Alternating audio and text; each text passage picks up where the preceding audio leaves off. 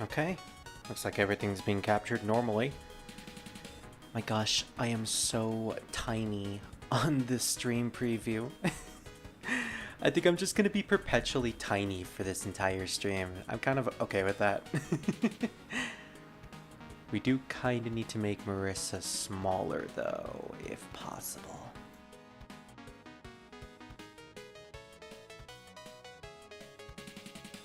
Wait, no. I didn't create another Marissa, I created another me. Oh great, now there's two of me.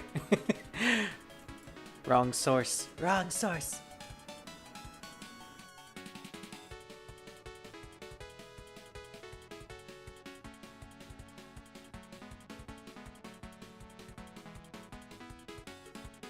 There we go. Just to keep her out of the way, but also still have her be in the corner. She is the mascot of these streams after all. And since this is a read-along stream, it's going to be a little difficult to see certain things if Marissa's in the way.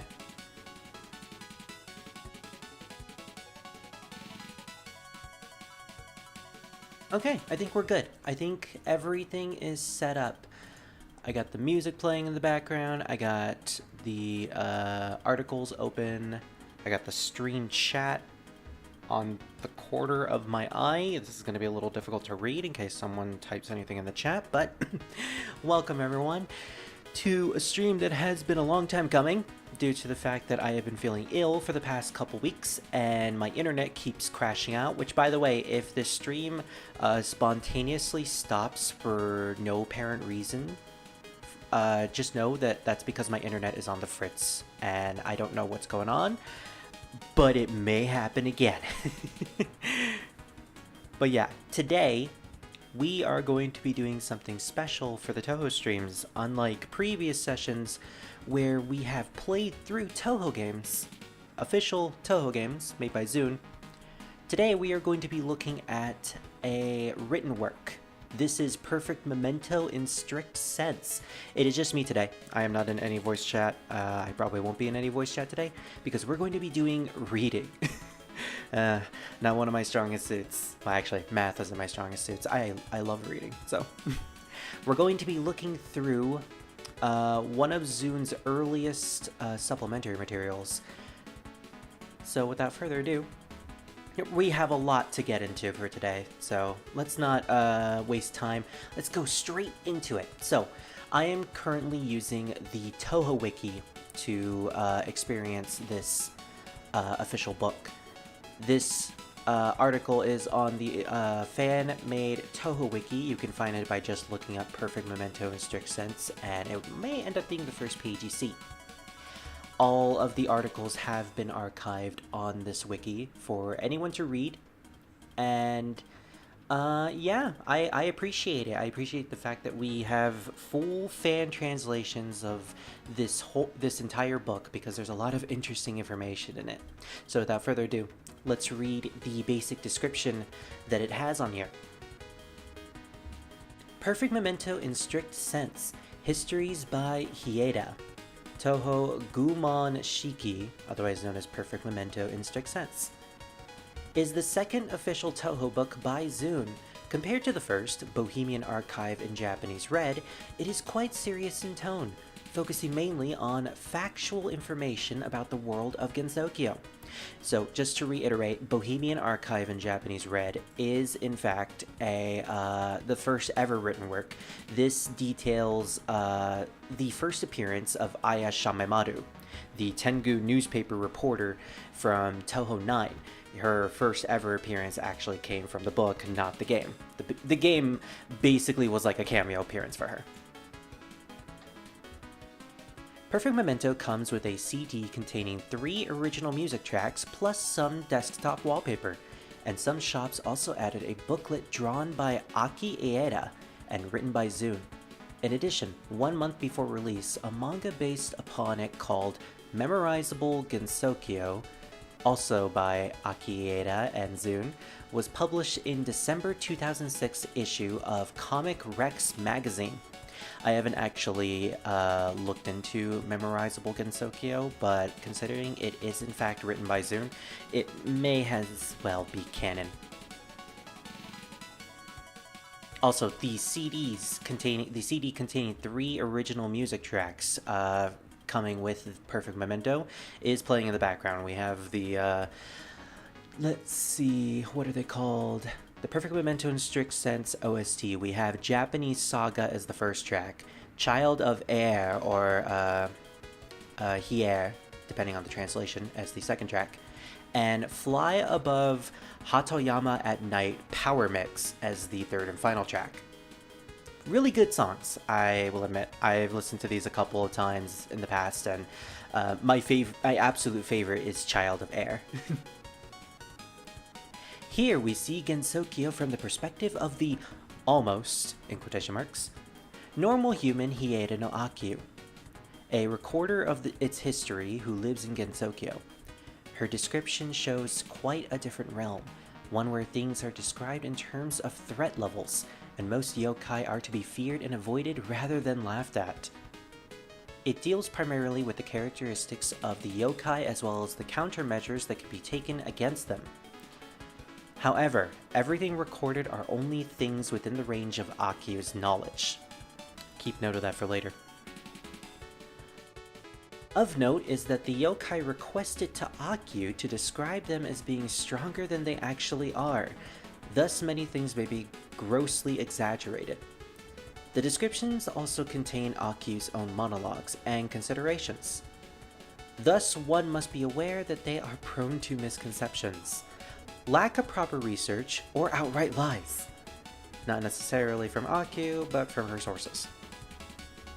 However, despite how the contexts are written by someone who is not omnipotent, it is still information from someone who sees it as her duty to properly record Gensokyo's history. Thus, there is likely at least some truth to most of it. So yeah, it's important to note that because Akyuu is describing the yokai from their own claims, and the yokai want her to exaggerate as much as possible to make them seem much more menacing than they actually are, a lot of information should be taken with a grain of salt. Not all of it, but most of it. This is a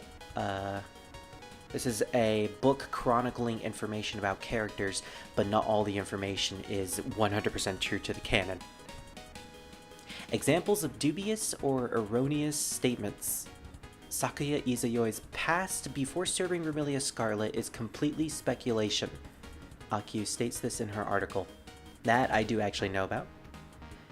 Eren Yagokoro and Kaguya Horizon have been categorized as humans. While it is arguable whether Lunarians are humans or not, the way their articles are written seems to indicate that Akyuu is completely unaware of their Lunarian descent. Which is fascinating because in the context of when this was released, the Lunarians within Iente, who are Eren and Kaguya, weren't necessarily known to the public for that long. Fujiwara no Moku is the descendant of a group of anti-yokai ninjas who lived in the bamboo forest. She is not a ninja, and there is a high possibility that she is not a descendant, but instead is the actual person that caused the legend of the ninjas in the first place. That's a very interesting reason for that statement. And that one I did also know about. There are 2 things that I knew about from Perfect Memento in strict sense. Sakuya Izayoi's past, and Fujiwara possibly being a descendant from ninjas, both of which were possible extreme lies. And finally, the reason why ascending into heaven nirvana is restricted is because heaven is filled to capacity. In Scarlet Weather Rhapsody, Yukari Yaku... Oh, this might be spoilers for later on in the franchise, but it doesn't really matter. In Scarlet Weather Rhapsody, Yukari Yakuma and Suika Ibuki eventually discover that it was a big lie. I will be right back, since I need to get something.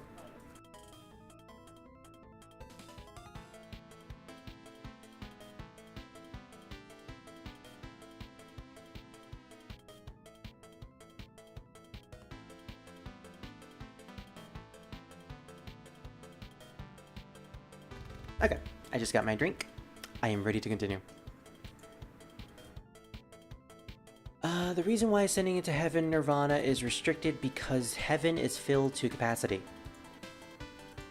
In Scarlet Weather Rhapsody, Yukari, Akuma, and Suiku Ibuki eventually discover that it was a big lie. There's plenty of room in heaven, though it implies the Celestials are hogging it more than their share. Now, this I actually did mention in previous sessions.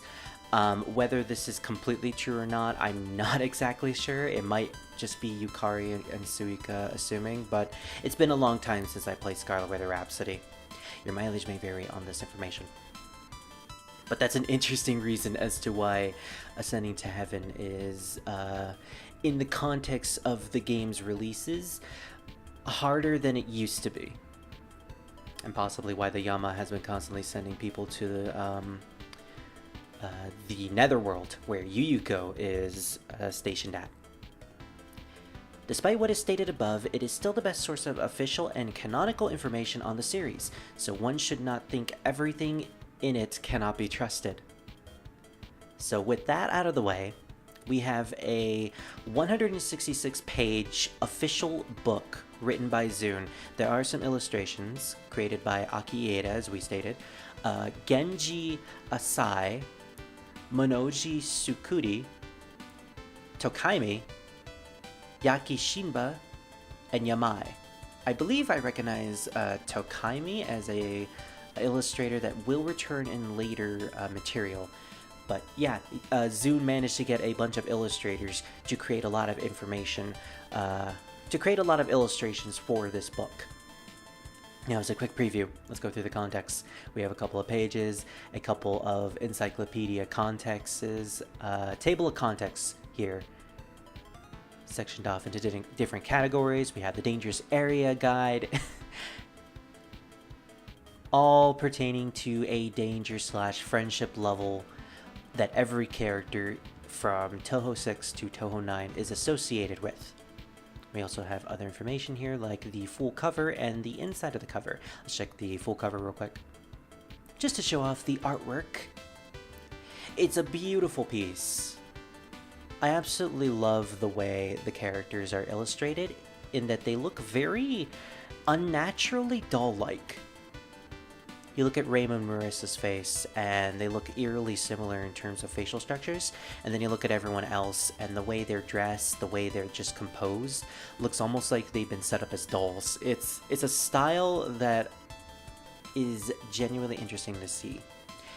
So we have Raymond Marissa in the front, with Sakuya, Remilia, and Yuyuko and Yomu on the back cover, possibly drenched in snow/mist. Actually, they're on top of clouds. Everyone seems to be on top of clouds over Gensokyo. The only exceptions are within the cover that you... what's the term? It's a sleeve. That's what it is. It's a sleeve that you put onto books. So when you look inside of the sleeve, you have illustrations of Hieda no Akyuu on the left, and I believe that is also Hieda no Akyuu on the right, if we zoom in. This is the titular character that we are going to be referring to throughout this story. On the left over here, next to Marissa, probably not going to be seen all that well in the stream preview, but that is in fact Hieda no Akyuu. She is very tiny, and she is usually wearing a kimono. And on the right, I believe, yes, that is also Hieda no Akyuu, having a little bit of a mix-up with her inking, and the cat is going nowhere. Yeah, looking at this artwork a lot clearer, it's interesting to see Yomu wielding a trident. And Yuyuko seems to be hiding inside of clouds. This is an interesting perspective with these characters. And going back, we have the inside cover, which seems to be a silhouette of Hieda.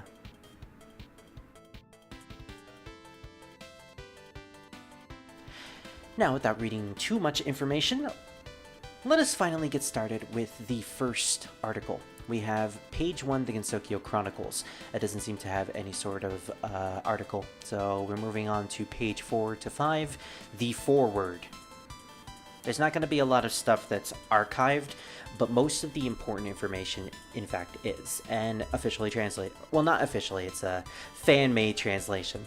So we have the original text on the left and the fan translation on the right.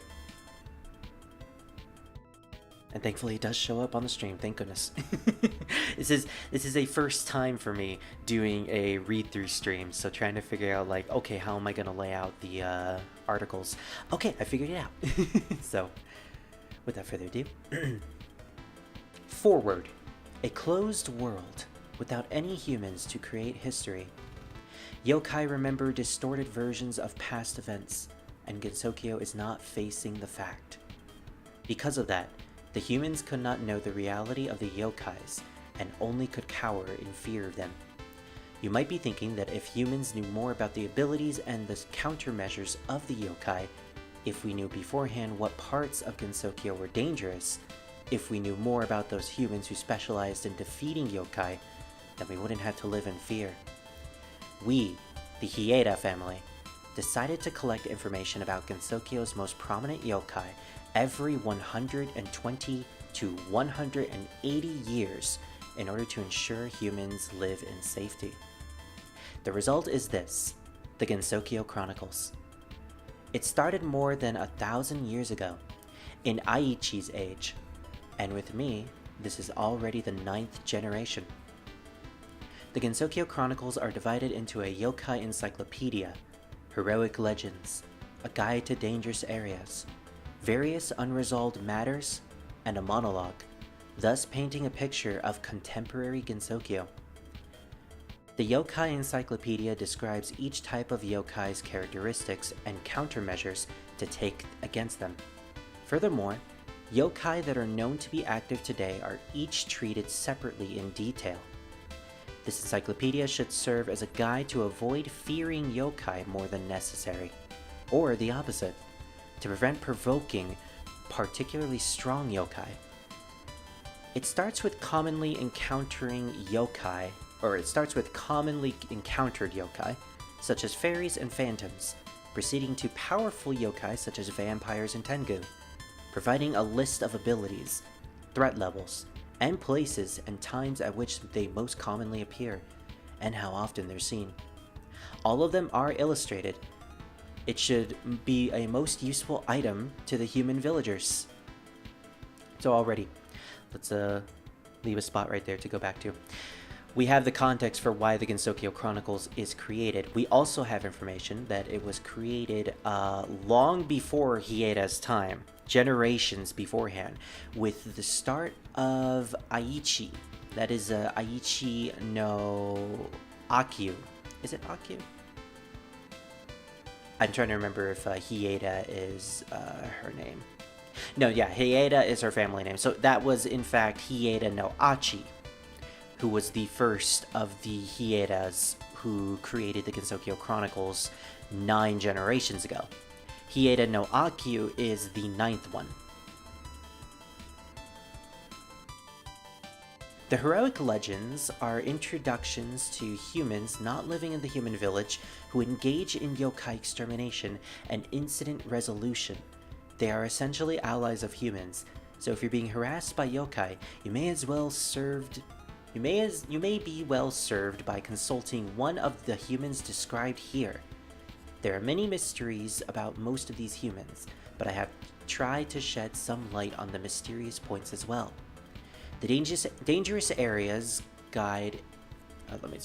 The Dangerous Areas Guide is a list to key locations in Gensokyo, describing each and giving a sense of how dangerous they are. If you want to know what kind of preparations are needed in order to go to one of those places, please read this guide beforehand. When an occasion asks for you to leave the human village, please read it carefully. So we get a map of Gensokyo, I am assuming. That is what the text implies. The unresolved matters are articles with incomplete information, articles that appear incompatible with Gensokyo, newspaper articles, and other inserts. I intend to start gathering materials and finish writing those. The monologue consists of thoughts that I, Akyuu of the 9th generation, had when compiling this book. as well as my written thoughts about Gensokyo. It is fine either if you read it or not, but I would be glad if you did. With this book, the Gensokyo Chronicles have reached their 9th volume. A new wind of change has swept through Gensokyo since the previous volumes of Gensokyo Chronicles. I believe that the new volume has been greatly redesigned in the contemporary style and is much easier to read. I wanted people who find it difficult to read handwriting by brush like classic literature, or who wouldn't read the Chronicles because of all the abstract sentences, to read it too. Now, please read these Gensokyo Chronicles, and may the wonderful you have a safe life in Gensokyo. So that is the context for the Gensokyo Chronicles, to give information to the denizens of Gensokyo about the lore, the information, the yokai that you can commonly see, the specific locations that are bad to go to or safe to go to, and what you should do in the event of you leaving the human village, which is essentially the sanctuary of humanity within this world. Hieda no Akyuu's goal, or at the very least the Hieda's goal in general, is to create these articles in order to aid people. Now, 1 second, I will be right back.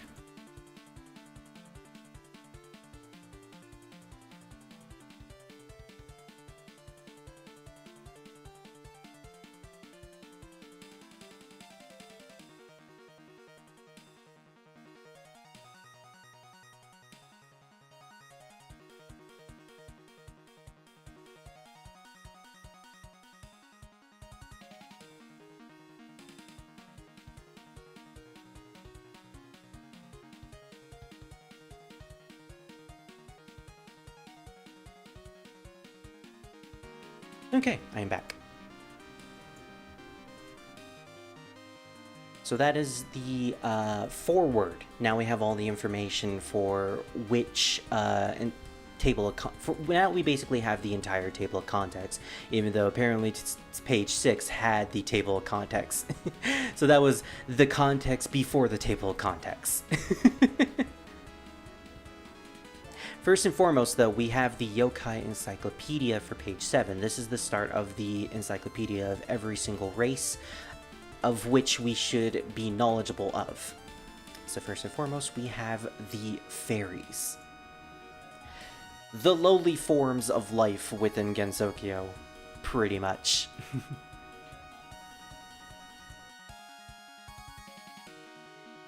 Embodiments of Mother Nature, fairies. Usual threat level, low. Frequency of encounter, very high. Variety, high.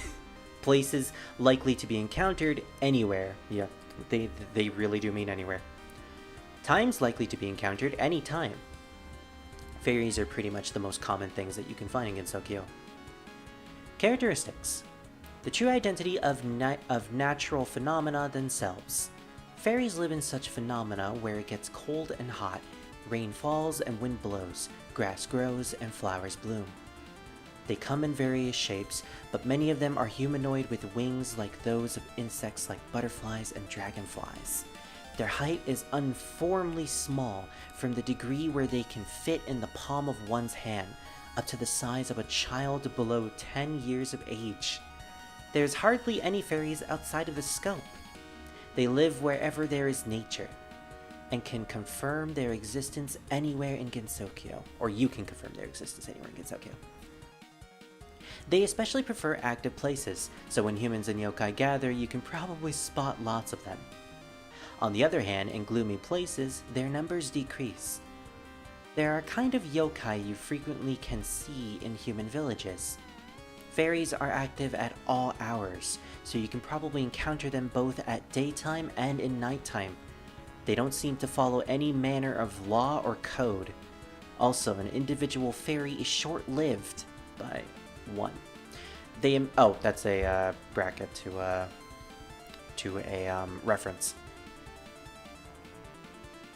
Also, an individual fairy is short-lived, but they immediately resurrect in the same place, or same shape. Even if they suffer large injuries so that their bodies are in pieces, they heal immediately. In a stricter sense, fairies can't die. Therefore, they take reckless actions without fearing death. Since their concept of death appears to differ from that of humans, it is also said that they are simply foolish.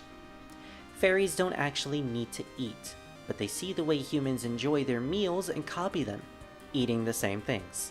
They eat anything which humans do. They especially like to sneak away that which humans are planning to eat. So if you have someone to blame for food randomly disappearing in the middle of the night from your fridge, blame the fairies. Potential harm. Pranks on a whim. They are like well, okay, I will be right back.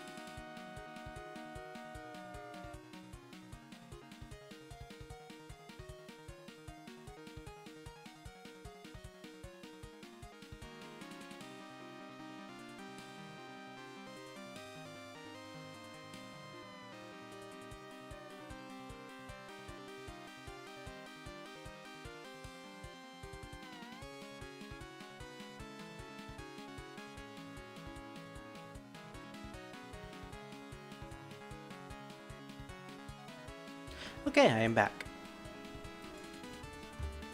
Yeah, in hindsight, having my dog being in the room while I do a read-along stream probably wasn't a good idea.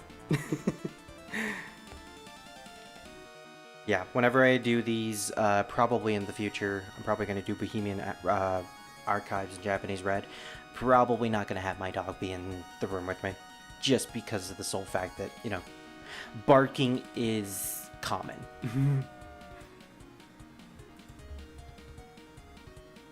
Alright. Where do we leave off? Oh, we'll restart with the potential harm. Pranks on a whim. They all like pranks. If they catch sight of a human walking somewhere, they make them lose their way. When you're cleaning, they'll raise the wind to send all of your gathered dust flying. When you're not looking, they put salt in your tea. Oh, geez, these monsters. Without thinking of the consequences, they disturb the actions of whomever they see.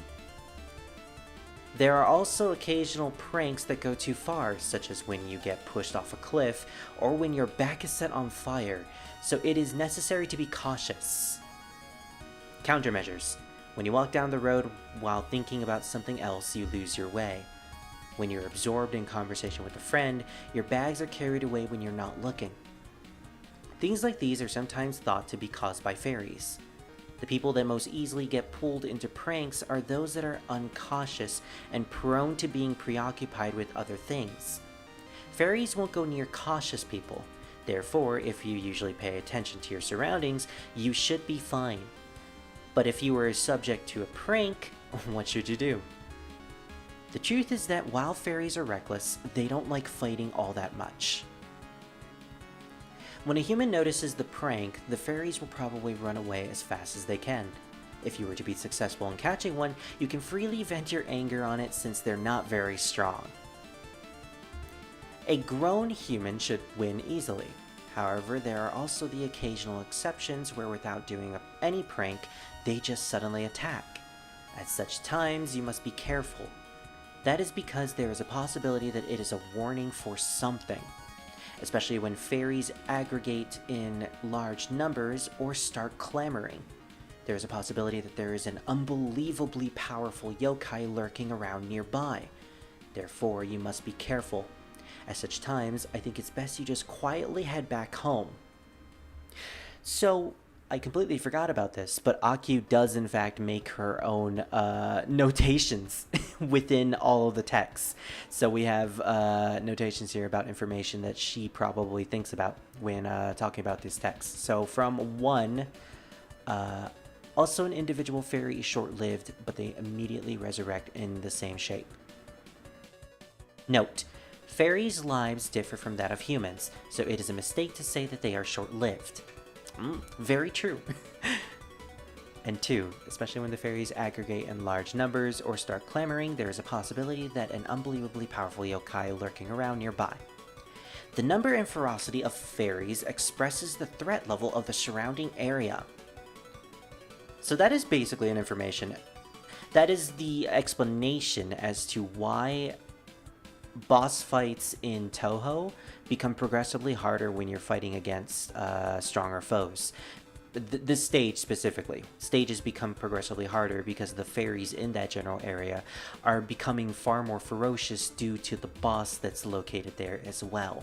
So say stage 1, you're fighting against a really low level yokai, the fairies in the stage are going to be pretty easy to deal with.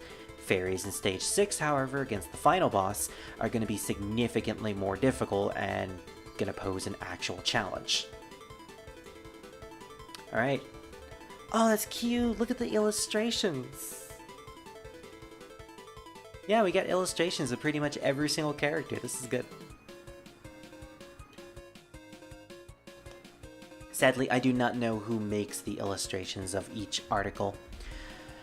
But at the same time, it's still really cute. You can tell, though, that Zune definitely did not make this. It's just, you know, it's just obvious.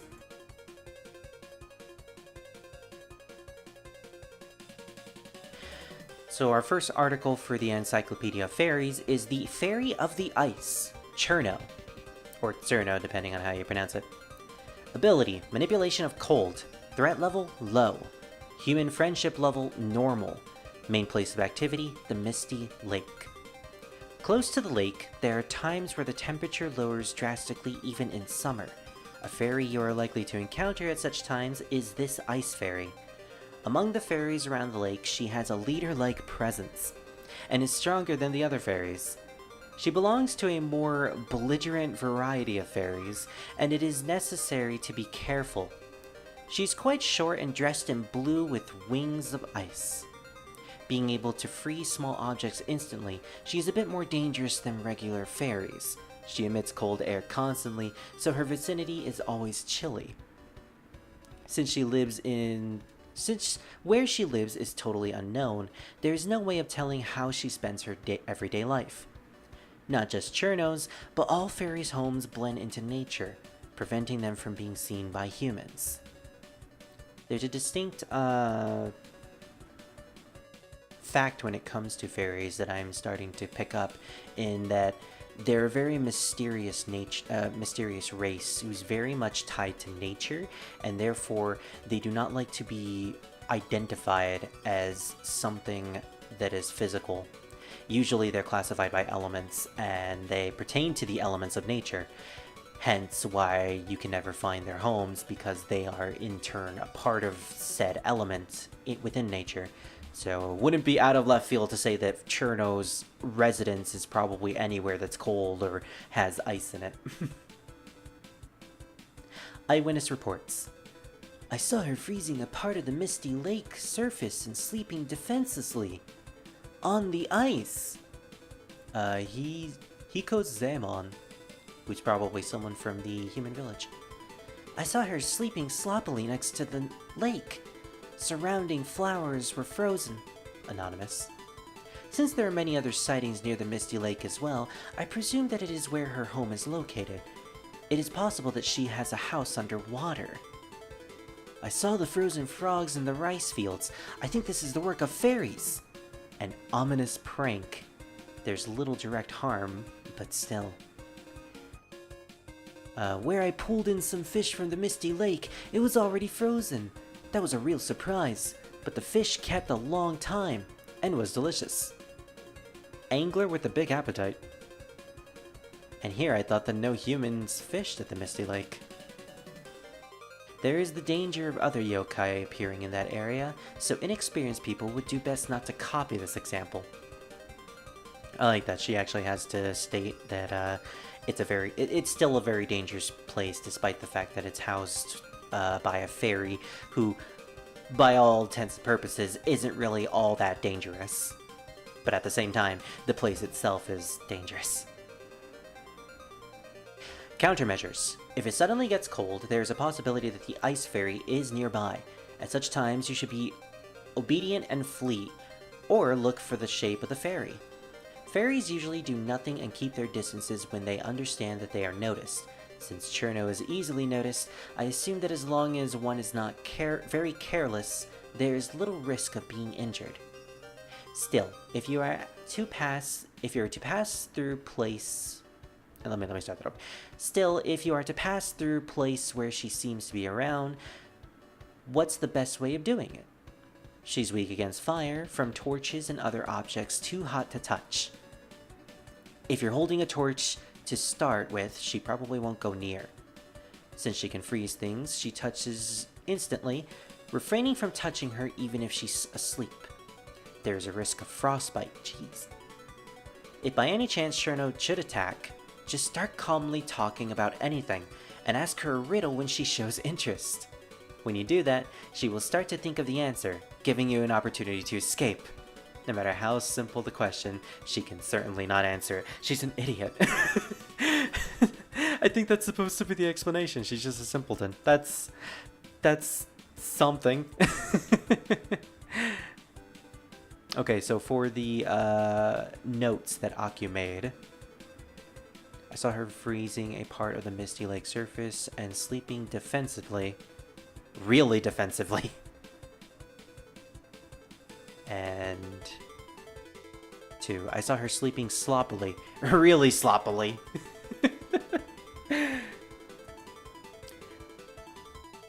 Okay, the next one. Fairy Herald of Spring, Lily White. I love the design of Lily. And this is our first big indicator of Lily and who she is, because she isn't an actual verbally expressive character within the actual games. She's just a byproduct of spring that shows up as a obstacle for the player. Lily White. Ability, announcing the arrival of spring. Threat level, very low. Human friendship level, high. Main place of activity, varies. When it is spring, humans, yokai, and ghosts suddenly become more active. In fact, there are few who do not. The fairy who symbolizes this activity is the fairy who bears spring, Lily White. Lily White notices the trivial changes that normal humans don't notice, and tells all living things, and have been in deep hibernation during the winter, that the season of awakening has become. Alright, let me restart that because that was horrible. That was a horrible read. Lily White notices the trivial changes that normal humans don't notice, and tells all living things that have been in deep hibernation during the winter that the season of awakening has come. After the passing of this fairy, everything becomes wrapped in the joy of spring. Her height is quite low, and she has many thin wings. She is not aggressive, and even if you come across her, her threat level is low. However, disturbing her while she is conveying her message would not be wise. This is when the fairy is at her strongest. Like other fairies, where she lives is unknown, and she has rarely been seen during any season other than spring. Because of that, Lily has become synonymous with the season of spring. She's basically become so associated with it that fans usually like to say that she is in fact in control of spring. It's not true, she's just the herald of spring. Think of the trumpeter announcing the arrival of God in a way. That's basically what Lily is. Eyewitness reports. The snow falls. Is she not here yet? Or is she here yet? The White Mountain, searching for signs of the fairy herald of the spring. Spring person. The fairy herald of the spring refers to in this poem is Lily White. She always appears from the west and disappears towards the mountain, but there is no instance in which she has been seen going back the other way. Where in the world does she live? Reported by many sources. Perhaps the reason that she is never seen returning from the mountain is that each year she is eaten by the mountain yokai and stops announcing spring. That's a horrible explanation, but geez, okay. Again, some things are to be taken with grains of salt in these articles. My child caught her. Perhaps because she immediately said, "Let me go," and my child promptly let her go. There fortunately wasn't any damage. Anonymous parent. This fairy isn't the sort that would usually injure humans, but it's generally safer not to get involved with non-humans. Very true. Countermeasures. If you don't do anything, there's no real danger. In fact, catching sight of her is a good omen. She simply wants to celebrate the fact that spring has come. If she happens to attack, it's possible that she's just excited, so best course of action is to leave the area. This fairy won't be able to leave any place that is turning to spring. If you get away from her, there's no need to worry that she might chase after you. In fact, it could be interesting to set out bait in order to tame her. If you prepare some flower seeds for her, she'll gladly make any nearby flowers bloom. Because of this, she's a fairy who's very popular with florists. I'm glad to know that Lily is a pretty popular yokai and that she's actually a very nice fairy. And the only times when she's actually attacked us in the games, Touhou 7 and Touhou 9, was only because she was overexcited or the fact that we pretty much provoked her. Which is the case in 7, I believe. So what is her notes? Akyuu, note 1. Lily notices the trivial changes that normal humans don't notice and tells all living things, including phantoms and ghosts.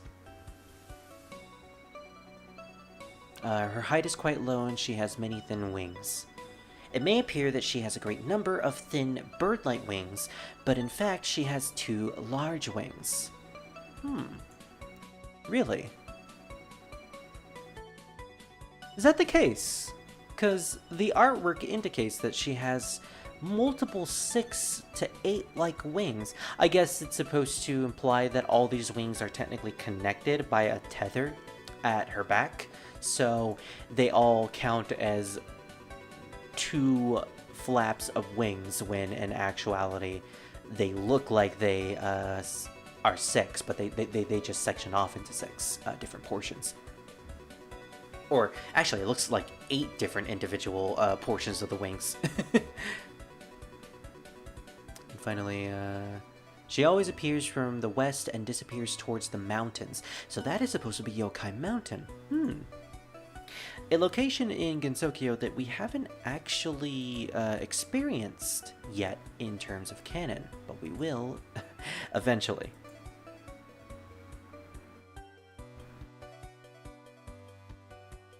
Yeah, indeed, Freak. It is in fact interesting. I didn't know that Lily White had 2 wings, technically. I always thought she just had multiple wings. Alright, Mischievous Sunlight. Sunny Milk. Now this is a fairy that we haven't actually met in the streams, but that's because she is part of extra supplementary material that I will be covering one of these days. Just know that she has her own manga along with 2 other fairies. Ability. Ability to refract light. Threat level, low. Human friendship level, normal. Main place of activity, around the Forest of Magic. There are times when you get lost even on roads that are not particularly long, and in some severe cases, you return back to where you came from.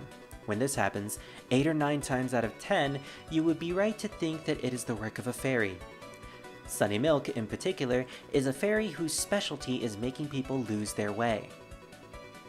Since it is possible to change how the environment looks from reality through refracting light, it can fool humans. Also, as she can hide herself behind this diffraction, it can be difficult to capture her. Her stature is quite short, and she possesses thin insect-like wings. So she has wings, the plural, instead of wing as in like... Oh, actually, no, she's supposed to have 2 wings. Okay, never mind. The plural is to imply both sides. Okay. My bad. She's the type of fairy who plays terrible pranks on humans, but gets away at full speed when they notice her. Fairies like this won't approach humans that are highly cautious. If you don't want to get involved with them, you must behave as if always thinking of the possibility that a fairy is lurking nearby. Also, she rarely acts alone. She usually moves in a group of 3. It is said she lives inside a huge tree in the Forest of Magic, but the precise location is unknown. YouTube did that thing where it stops my videos because I'm technically not in the window. For a second there, I thought my internet had died again. It said she lives inside a huge tree in the Forest of Magic, but the precise location is unknown. Basically, a fairy's dwelling area can't be spotted by humans.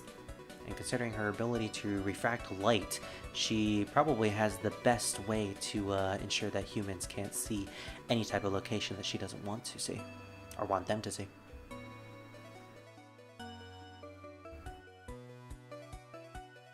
Hieda Saka-sensei still makes fairy doujins, which is... Really? They're still going? The fairy doujins? That's awesome. I've heard that they've just gotten better over time, especially with the inclusion of characters like Clownpiece and Eternity Larva. So knowing that they're still going is great, and I can't wait to get to them. Eyewitness reports. I saw her basking in the sun on top of my roof. When I spoke to her, she ran away in a hurry. Yumeta. She was sleeping at the side of the road. She looked like she was hurt, but when I poked her, she ran away in a hurry. She has been seen basking in the sun a great number of times. And, as at many of these times she looks injured, it can be thought that, for a fairy of sunlight, exposure to the sun is the equivalent of medical treatment for injuries. I was walking when suddenly the ground disappeared, and I fell off a cliff. I thought I was going to die. Bamboo Shoot Hunter. Occasionally, the pranks become dangerous. Be careful. I saw the rain bending in front of me as it fell. Anonymous. It can become easier to spot light diffractions when it's raining. It's less likely for you to lose your way when it's raining than when it's sunny. Countermeasures. In any case, you have to be careful when you walk.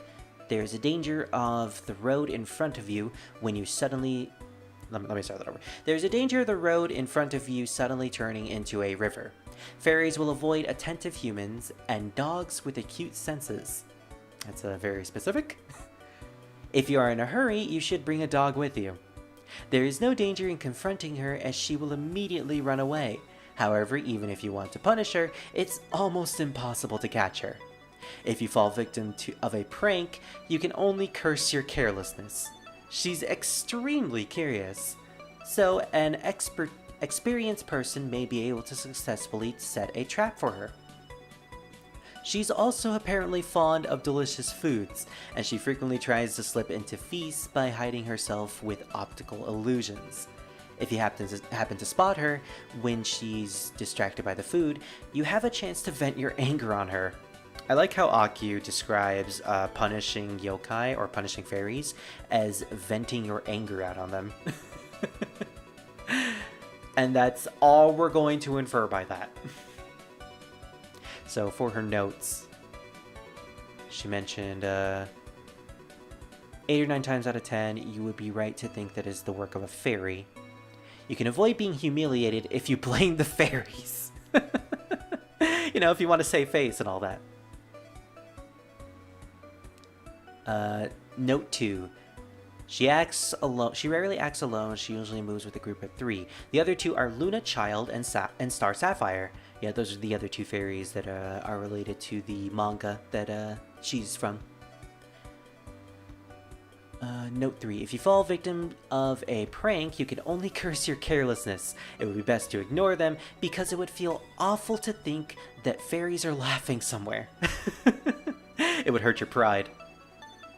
And finally, she is extremely curious with a general trait of fairies. That seems to be the case for most of the fairies. So when you walk around, you gotta pretend that you know you're being followed to scare Sunny. Yeah, that seems to what Akyuu is implying, that if ever you're walking alone, you should just automatically be cautious that any yokai, especially fairies, are out to get you. Just be extremely careful and make sure that you don't walk over like a cliff or something. Oh, Starlow's being the most dangerous prankster? That I do know of. And it's so stupid. It's stupid in the way that it's so hilarious that it's stupid. Alright, next fairy. Silent Moonlight, Lunar Child, otherwise known as Luna Child. Ability. Ability to muffle sound. Threat level extremely low. Human friendship level is average, and main place of activity is around the Forest of Magic. Now, she in fact does have 4 wings, as you can see. I believe you might have an experience in which, during a windy day, the wind sound suddenly vanished, even though the wind hadn't stopped, and then soon after the sound came back. When this happens, 8 or 9 times out of 10, you would be right to think that it is the work of a fairy, because of course it is. Fairies are beings that can't harm nor benefit humans. Their pranks don't necessarily cause direct harm to people. Luna Child has the ability to silence the sound around her. This in itself can't cause much harm, but she often joins up with other fairies, particularly Sunny Milk and Star Sapphire, carrying out their pranks as a trio. Her stature is quite short, and she possesses thin insect-like wings. Out of the red, white, and blue trio of fairies, the white one is Luna Child.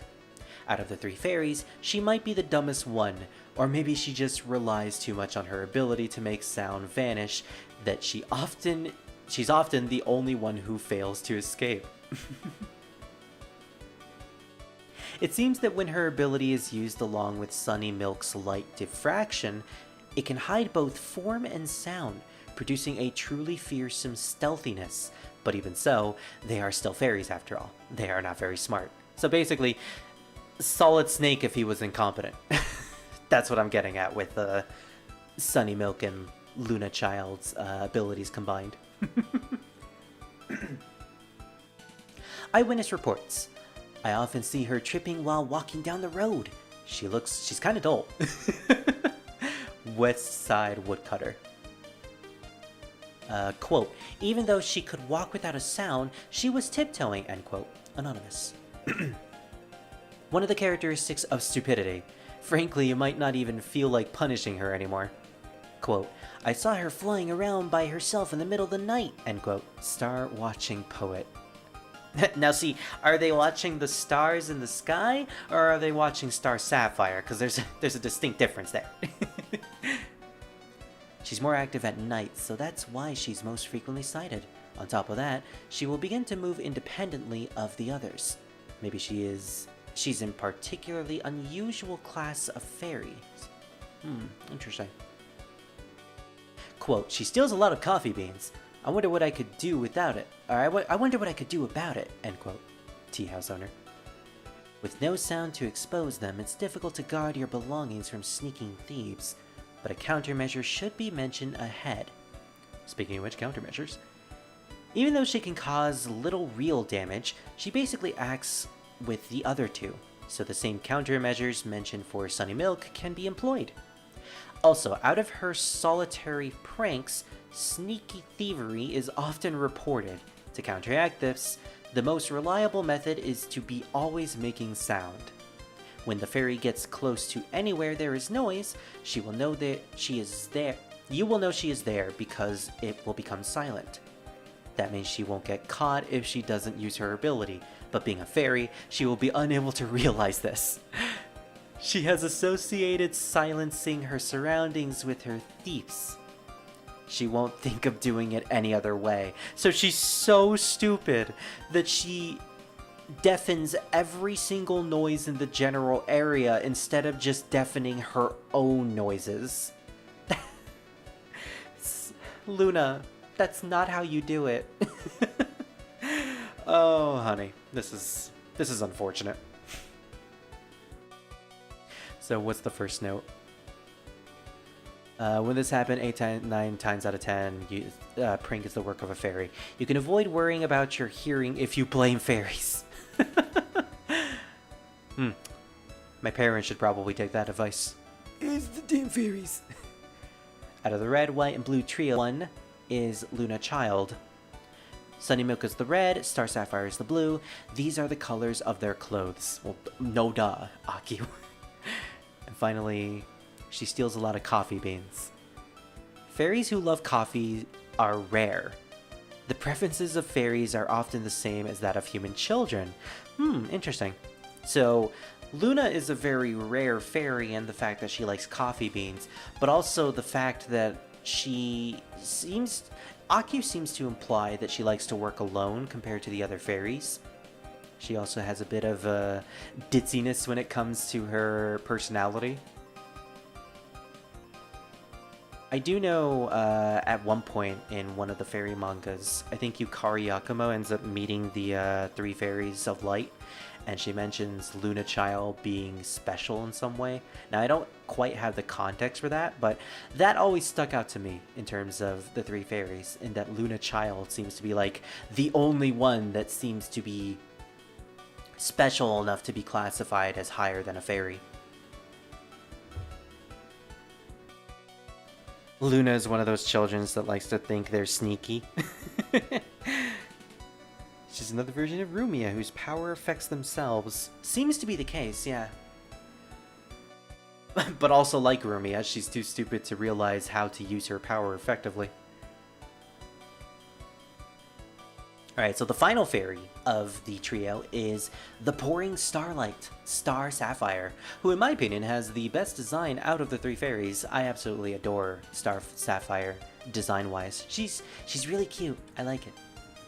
Kind of looks like a doll in, with her hairstyle. Her ability is the ability to detect movement. Her threat level is extremely low compared to the others who were just low. Her human friendship level is average, and the main place of activity is around the Forest of Magic like the other ones. When looking at the stars covering the night sky, it may sometimes seem that one is surrounded by the eyes of countless beasts or yokai, and there is a fairy with eyes that can survey as far as the light that falls down from the stars. That is the Starlight Fairy, Star Sapphire. She rarely attacks or disturbs humans, but she mostly causes trouble by helping with other fairies, their pranks. Her stature is quite short and she possesses large butterfly-like wings.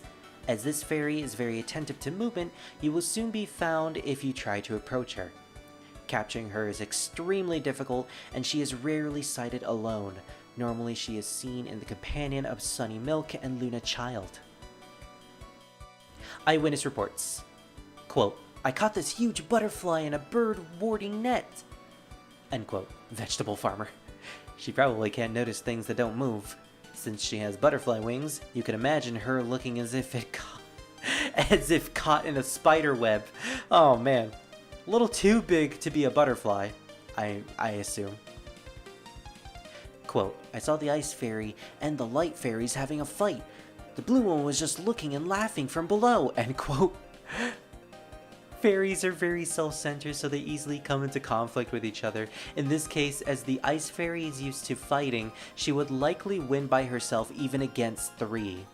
In addition, Star Sapphire always keeps calm and avoids fighting so much that it can be hard to tell which side she is on. So she's not even helping her 2 other compatriots fight. She's just in the sidelines watching the stuff unfold. I like to think that Star Sapphire, in the middle of a fight against Cherno, the other 2, Luna and Sunny, are like going all out with their abilities, you know, displaying huge feats of Danmaku. And then you have Star Sapphire in the corner just nomming on coffee beans that she found from Luna. Just watching the fight unfold. Raising the white flag when Cherno eventually defeats the other two.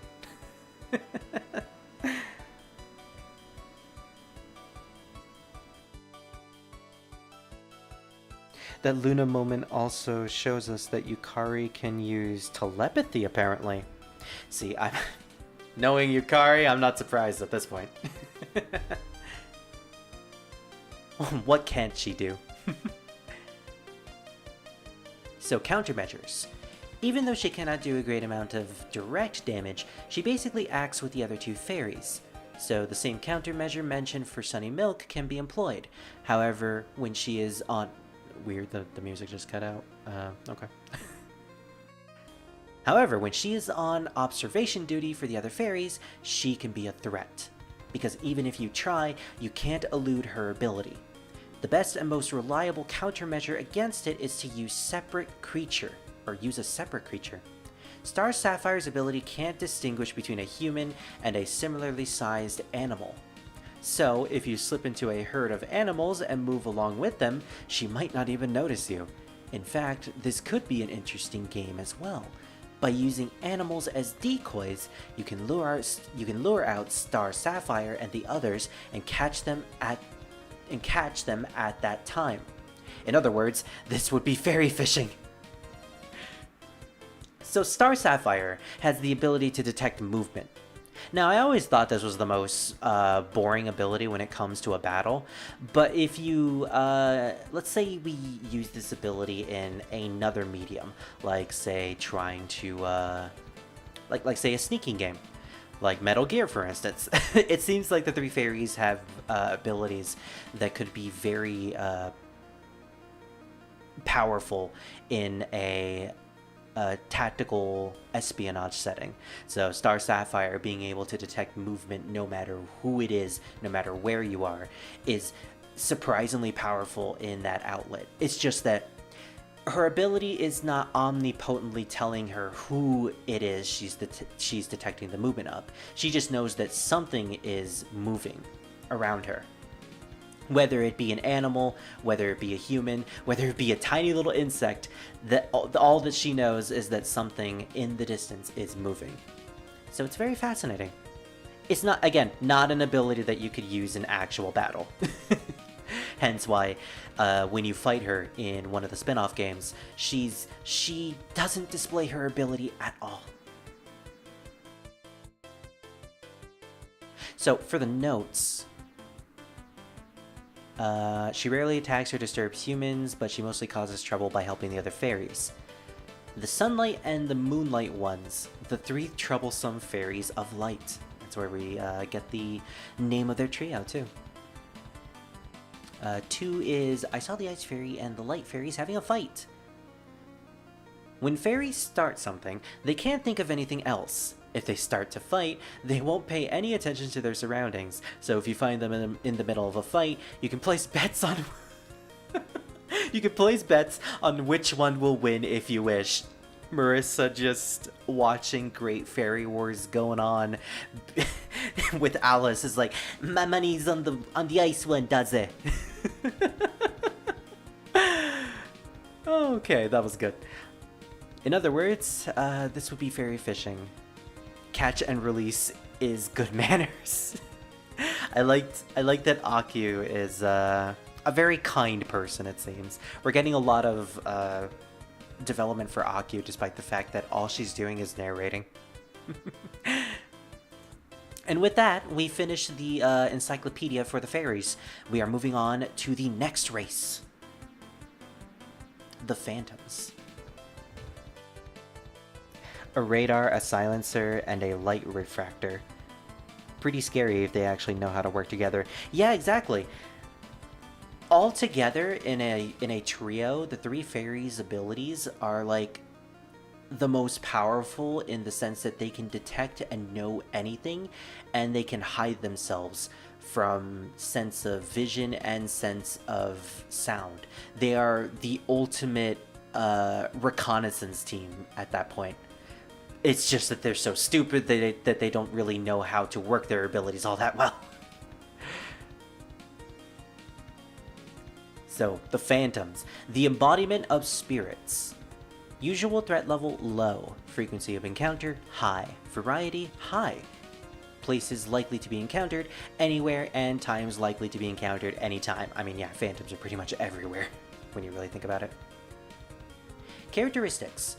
They are the very spirits of animals or plants, able to convert what they see, hear, touch, or taste into thoughts. It can be said that they're like sense converters. Okay. Having no physical body nor specific form, they're similar to air. They can pass through any obstacle and they can change their shape at will. They're often confused with ghosts, which are always the embodiment of deceased. But phantoms are not necessarily always spirits of the deceased. Some are even born as phantoms, and remain so until they dissipate into nothing. Also, unlike ghosts, a single corpse may spawn several phantoms. Interesting. Their characteristics are chosen by those of fairies. Like how fairies are the embodiment of nature, phantoms are the embodiment of spirits. They can live anywhere in Gensokyo. She left a note next to they can live. I know Akyuu is gonna be so snarky and sarcastic in the notes. Let's skip and see what the note 1 says. If it can be said, they are living. I knew it. Akyuu, you cheeky deeky. I'm really starting to like her. Phantoms that prefer noisy places gather in noisy places. Ones that prefer gloomy places gather in gloomy places. And there are even those that prefer hot springs. They are usually active at night. It's assumed that because many of them have their existences on the verge of dissipating, it makes it difficult for them to act under sunlight. Also, their body temperature is very low, like most ghosts and phantoms. Improper handling may even result in frostbite. However, this chill can be utilized for one's benefit, for example, during tests of courage.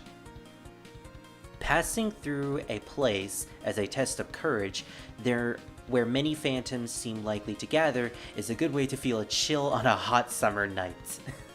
I guess. Let's go to the notes, actually, since there are 2 notes here already. Also, their body temperature is very low. Their hearts tend to be cold. Aww. And note number 3, passing through a place is a test of courage on a hot summer night. Thus, phantoms are despised in winter. Potential harm. The most threatening feature a phantom possesses is the ability to affect the mind of people around them. If one is surrounded by cheerful phantoms, they'll eventually feel pleasant. For gloomy phantoms, vice versa. For example, the places famous for suicides are often places inhabited by gloomy phantoms. Those without enough mental fortitude might even lose their mind, if they happen to face a powerful phantom. Also, due to their low temperature, sustained contact may cause frostbite. It just so happens that all the human characters that we play as are powerful in the mind, powerful enough to face off against all the phantoms in the franchise. So, Yomu technically classifies as a phantom, so I wonder if she has this innate ability to cause insanity to people with a weak mind who are around her.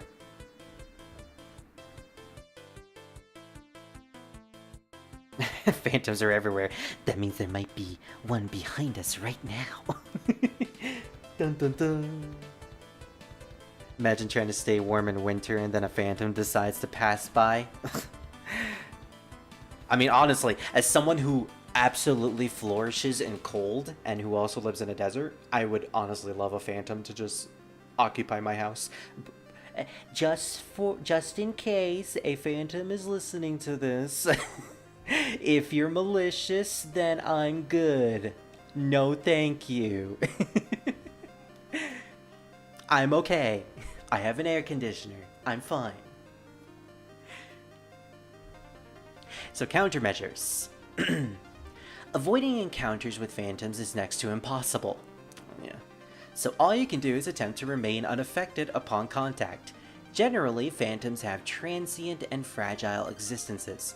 Even average humans should be fine if there are only a few of them. However, it's a different story if that person is mentally weakened. Keep confidence in yourself and have no fear is the one way to deal with them. However, it would be a wise idea not to, out of curiosity, go to places where phantoms gather. It may result in your mind being shattered. If that happens, there's no other way but to seek an exorcism from a professional. That was legitimately the plot of The Exorcist, in fact. I have no idea why I just got a notification from Feedback Hub.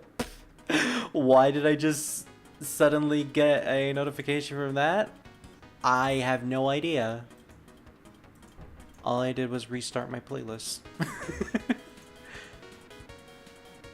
On the other hand, there's currently research about the possibility of correcting one's personality by means of deliberate phantom possession.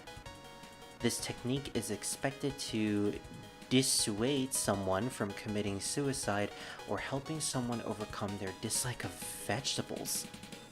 It's almost ready to be put into practice use once a method of capturing phantoms is established. It is not far-fetched to say that the future of human mentality rests on the phantom's shoulders. I had no idea this was a factoid. Huh. Is that like a subtle comparison to medical drugs being used to cure mental illnesses? That's what it feels like, but at the same time, I don't know if I have the right mindset to really make that comparison at the moment. That's, I wonder if this is an actual practice that gets brought up in another piece of media in the Touhou franchise. Because I have never heard of this particular possession thing. Deliberately possessed by phantoms to change one's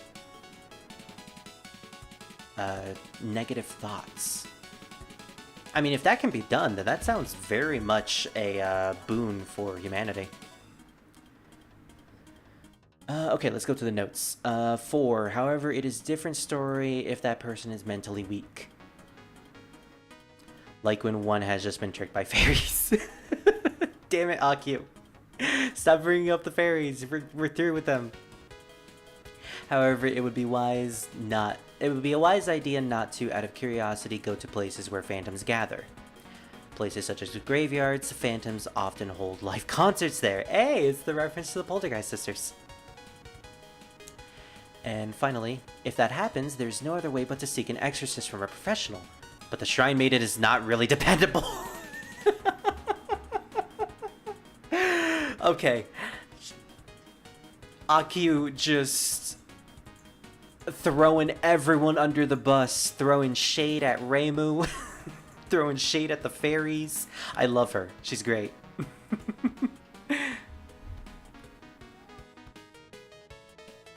Yeah, I didn't know there was deliberate possession either. This is why I really wanted to do this, because there's a lot of information pertaining to Touhou that I had no idea actually existed, that you only find in the written works.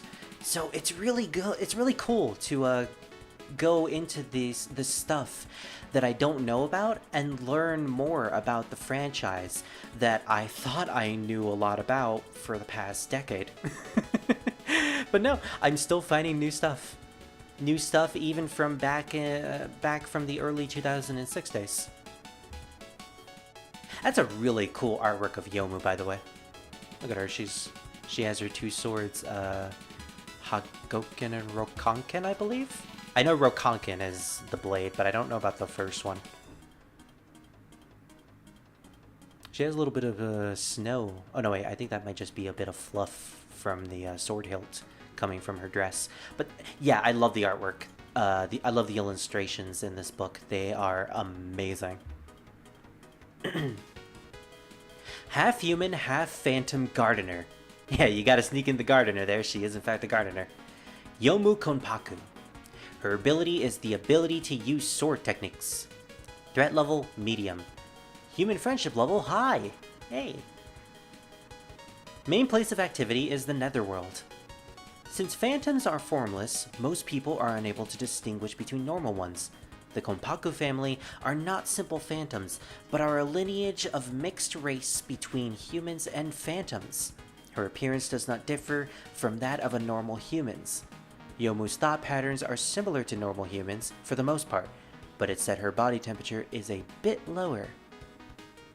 Her lifespan is far longer than that of a normal human's.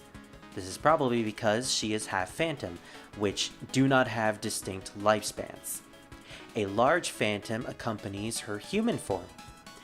This phantom is the characteristic of half human, half phantoms, and is one of the ways to distinguish her from normal humans. The largest phantom acts on the will of the half human, half phantoms.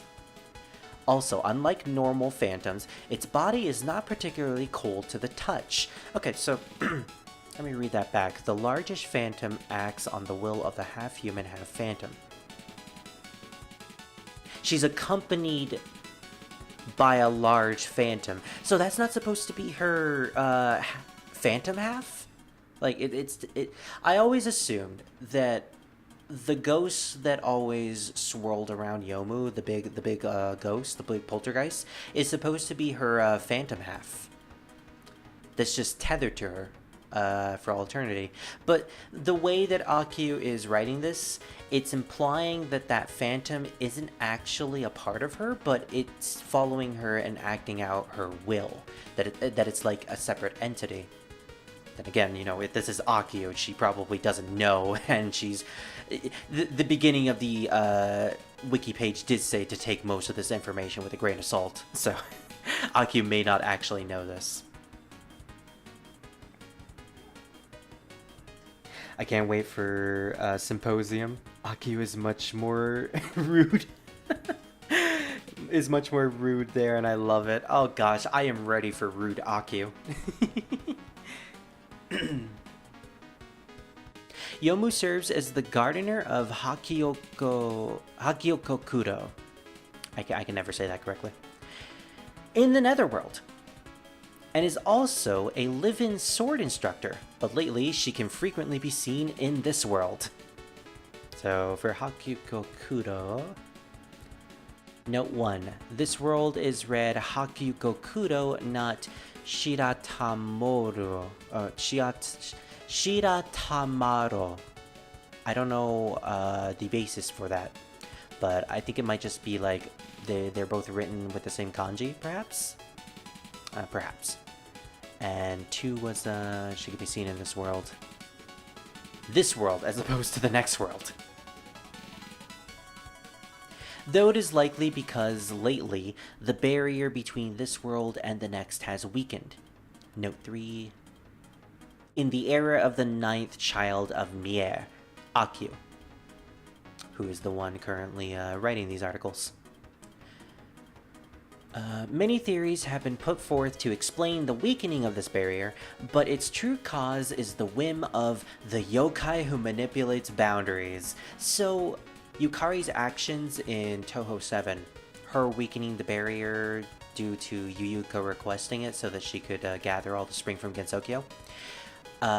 In the context of the Touhou canon, it has been left weakened, so travel between the Netherworld and the real world, aka Gensokyo, not the real world, but, you know, Gensokyo, the fantasy world, is still possible because of the fact that the barrier has been weakened. And Yukari has just left it there as it is, because there doesn't seem to be any sort of disturbance caused by the barrier being weakened, and just leaving it open seems to be advantageous for pretty much everyone. Like, there's no downsides for this whatsoever. But it doesn't seem to be known to the public, at the very least. Akyuu, however, does know. Weapons and abilities. She possesses superior swordsmanship and is a master of the two-handed technique. The two swords she uses are called Hakuroken and Rokanken. There it is, yeah, Hakuroken. The longer sword is Rokanken. It is believed that Rokanken was forged by yokai, and it's too long to be used by normal humans. It is said that it has the power to kill 10 phantoms in one stroke. But as one cannot actually kill phantoms, it is unknown if this is true. For note 4 and 5, normally they are sent to Nirvana or disappear. Supposedly the things it cannot... I read it, halfway I understood what she was saying, and it got me. The Rokanken blade, forged by yokai. Supposedly, the things it can cut are next to none. Damn it. Okay. How she knows that, I don't know, but I don't care. It's great. Oh. The other sword, Hakuroken, is the ancestral sword of the Konpaku family, and it's said to have the power to dispel the confusion of those it cuts. That is, using it on phantoms will send them to Nirvana, and using it on humans will cause them discomfort and a bit of pain. The exact details of its functions are unclear, but it can only be handled by the Konpaku family. Interesting. So it's like a spiritual blade, the Hakuroken. It can't necessarily kill a human, but it does cause them discomfort and a bit of pain. I'm going to assume that's mental pain in some way, because it seems to, dispel confusion is the effect that it's stated to have. I would think that it nullifies the mind spiritually to allow the human to essentially be at ease. I wonder what would happen if she used it in an actual fight. If she didn't use the Rokanken, but instead only used the Hakuroken, would she be able to kill someone with the blade? If it's implied to even be a spiritual blade, because that's my interpretation of it. Interesting. I don't remember where this info is, but apparently now fairies and ghosts can just cross the nether door by flying over it. Well, flying over it was the thing that Marissa did in Touhou 7. I think it was Marissa. It was either Marissa or Reimu, in order to cross the barrier that the Netherworld had. The giant door that you see behind Stage 4 when you fight the Prison River Sisters. One of them makes a joke that they just cross over to the Netherworld by just going over the door. So apparently the seal is just for show at that point.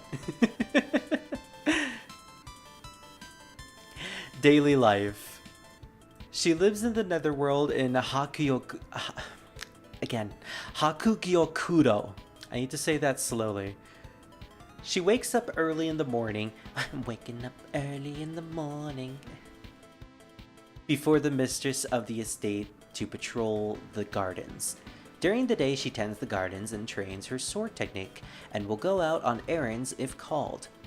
At night, she patrols once again and supposedly goes to bed only after confirming that the mistress has done so. If she were to discover an intruder at this time, she would surely cut them down at once, whether they were human or yokai. Yeah, she has no chill whatsoever. Eyewitness reports. Quote, when I go to visit the Netherworld, she's always swinging those swords at me. It'd be nice if she actually checked who was coming. End quote. Reimu Hakure. That's her first, mention in this. Well, second mention. After Akyuu called her incompetent. It's questionable why living humans would go to the Netherworld to visit. You know why. Quote, she comes shopping here a lot. It's like someone is coming to take you to the next world, and it feels pretty weird, end quote. Anonymous. It would be nice if you'd be more tolerant if she's just coming to shop. ... Quote, I thought a dangerous sword-wielding yokai had come, but she looked sorta powerless, and I can't help feeling sorry for her somehow, end quote. Her appearance is that of a young girl. It should also be noted that Yomu is, in fact, over 60 years. I don't remember where it was stated, but I think it was some sort of interview related to Touhou 9. But Yomu was old enough to have experienced the 60-year cycle. So she is at the very least older than 60. That is what's confirmed.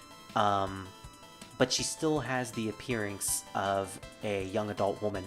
So that's to show that despite the fact that she is a half human, half phantom, the half phantom still allows her to keep her youth and long life. Countermeasures. Although she is a phantom, half of her is human. It is possible to come to mutual understanding with her, so conflict can be avoided through discussion. Unlike other yokai, she doesn't assault humans without a purpose, such as food or boredom. If you don't challenge, provoke, or put her in a blatantly disadvantageous situation, she will likely not attack you. Yeah, likely. That's clearly you didn't know about 7.5 Akyuu. Even if the situation looks threatening, she will not fight anyone lacking in training, so that will at least make her go easy on you. If you've done nothing wrong, you can probably talk your way out of a battle. Even if you've clearly done something wrong, things might work out somehow if you offer a proper apology. Now, what should one do in the unlikely event of being attacked by her? A normal human can hope to do in such circumstances is offer a prayer to Buddha. And her sixth note is Namo Amida Buddhaya, which is a famous prayer to the Buddha. I know that because of Persona 2. Oh, that's really cute artwork. That's made by the same illustrator for Lunatic Runecade, isn't it? And also 17.5. I recognize it because of the line art. The inking is very much their style. Boredom causes her to attack people. Her boredom, which is forged by Yuyuko, is next to none. Poltergeist Violinist. Lunasa Prism River. Her ability is the ability to play instruments without using her hands. That's a great ability. Threat level, low. Human friendship level is high. Main place of activity is festival, grounds, and etc. Technically speaking, poltergeists are not phantoms, but there are no other appropriate classifications for them, so they are described here. The Prism River Ensemble is a so-called phantom ensemble. Let's go to note 1. This is not meant to mean that its members are always absent. Interesting. Phantom ensemble that are often... That's a pun. That was a slow burn. Akyuu, damn it. She made another pun. That are often called to perform at events such as yokai parties. They're famous for playing vigorous songs with a strong rhythm, so they are the most well-known band in Gensokyo. Well, not for long. The ensemble is composed by 3 poltergeist sisters. Lunasa is the oldest of the 3 and excels at the violin. She appears to be the leader of the Prism River Ensemble. Her height is around that of a teenage human girl. Her appearance does not differ significantly from a human's, and her violin is said to be the phantom of an instrument that would outclass even a Stradivarius? Stradivarius? I don't know what that is. But it's unknown whether that is true or not. Stradivarius. Note 2. They say this at the beginning of their live performance. Okay, so she makes it very well clear whenever she's doing a performance or a concert that it is a very powerful instrument. In any case, it's a phantom.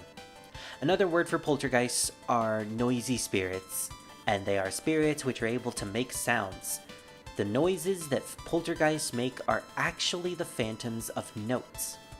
Since they're perceived by the spirits and not the ears, even beings without bodies can enjoy them. Or even beings without bodies can enjoy them.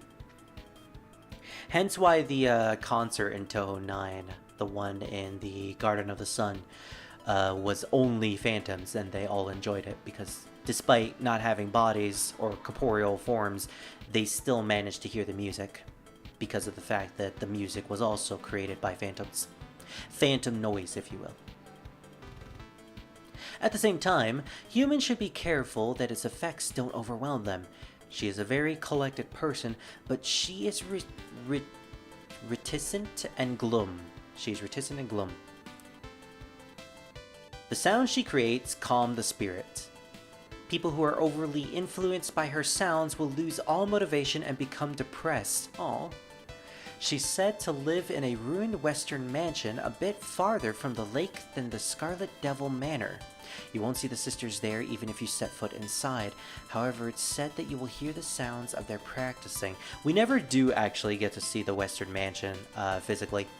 It is a place that has been referenced, and it is important to their lore and background, but that is about it. Eyewitness reports. Quote, sometimes I happen to come across a yokai party, but I'll end up joining in against my better judgment once I hear the Prism River Sisters music playing. End quote. Humans should be able to join as well, as long as the yokai are still in the middle of their party. Quote, how can we call the Prism River Ensemble to perform at an event? End quote. Fan club member number 5. You mean to tell me they have a fan club? I mean, hey, it's a band in Gensokyo. It's probably the only yokai-run band in Gensokyo. At this point, I should make the distinction. Of course it would have a fan club. You might have luck by going to the ruined western mansion and making a request. Quote, the leader's girl is pretty gloomy, so I don't really like her. End quote. Wow. She's beautiful, though. Screw you, Anonymous. She isn't human, so something horrible might happen to you if you say things like that too often. I heard you said I was gloomy. As she adjusts her violin. Countermeasures. She's very friendly to both humans and yokai, so you have nothing to fear from her. It should be noted that the Prison Rivers do not manage ticket sales for their live performances. Their clients do. So it is inadvisable complaining to the Prison Rivers if you can't acquire a ticket. Their performances contain many notes that have a great effect on the spirit, so one should not attend unless one is in perfect mental condition. Ooh, okay. Looks like I'm not attending the concerts anytime soon. Interesting, okay. Children should not be allowed to listen.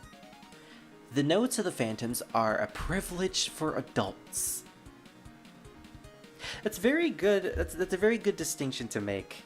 The fact that the Phantom's musics are so in tuned with the spirit and the soul, that it would no doubt affect the mind in weird ways. I know that Lunasa Prison Rivers, her music is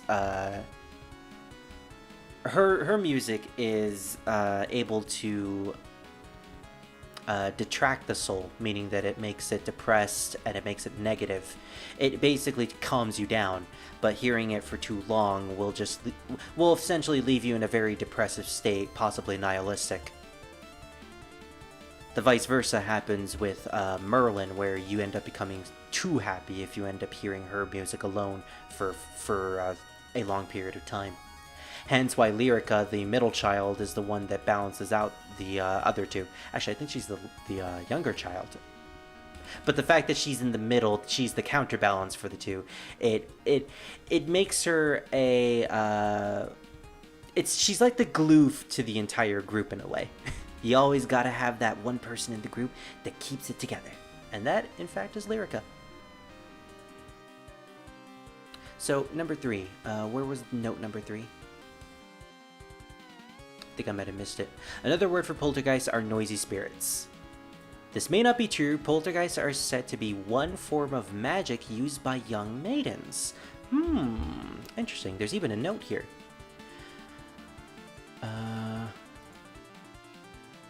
This was... Oh, up here. As they are spirits which are able to make sounds. The former of this sentence seems to be a tautology, but literal translation of that Japanese text is noisy spirit, which should be translated here into poltergeist. So this may not become better. Fascinating. I think the Prison Rivers confirmed their spiritual music is Bohemian Archive as well. Oh, really? It's in Bohemian Archive? That's awesome. That means it's pretty much canon that their music is very in tune with the spirit. That Anonymous was an anti, and that doesn't like popular bands. It really felt like it, yeah. Just like a try-hard. Oh, I don't like the Prison River music because I'm better than that. You like Prison River music? That's so early Touhou. Like, please do. Just let people have their fun. Alright, we have the second sister. Poltergeist Trumpeter, Merlin Prison River. Probably my favorite of the sisters. Her ability is to play instruments without using her hand, just like all the others. Her threat level is low, her human friendship level is high, and the main place of activity is festival grounds, etc.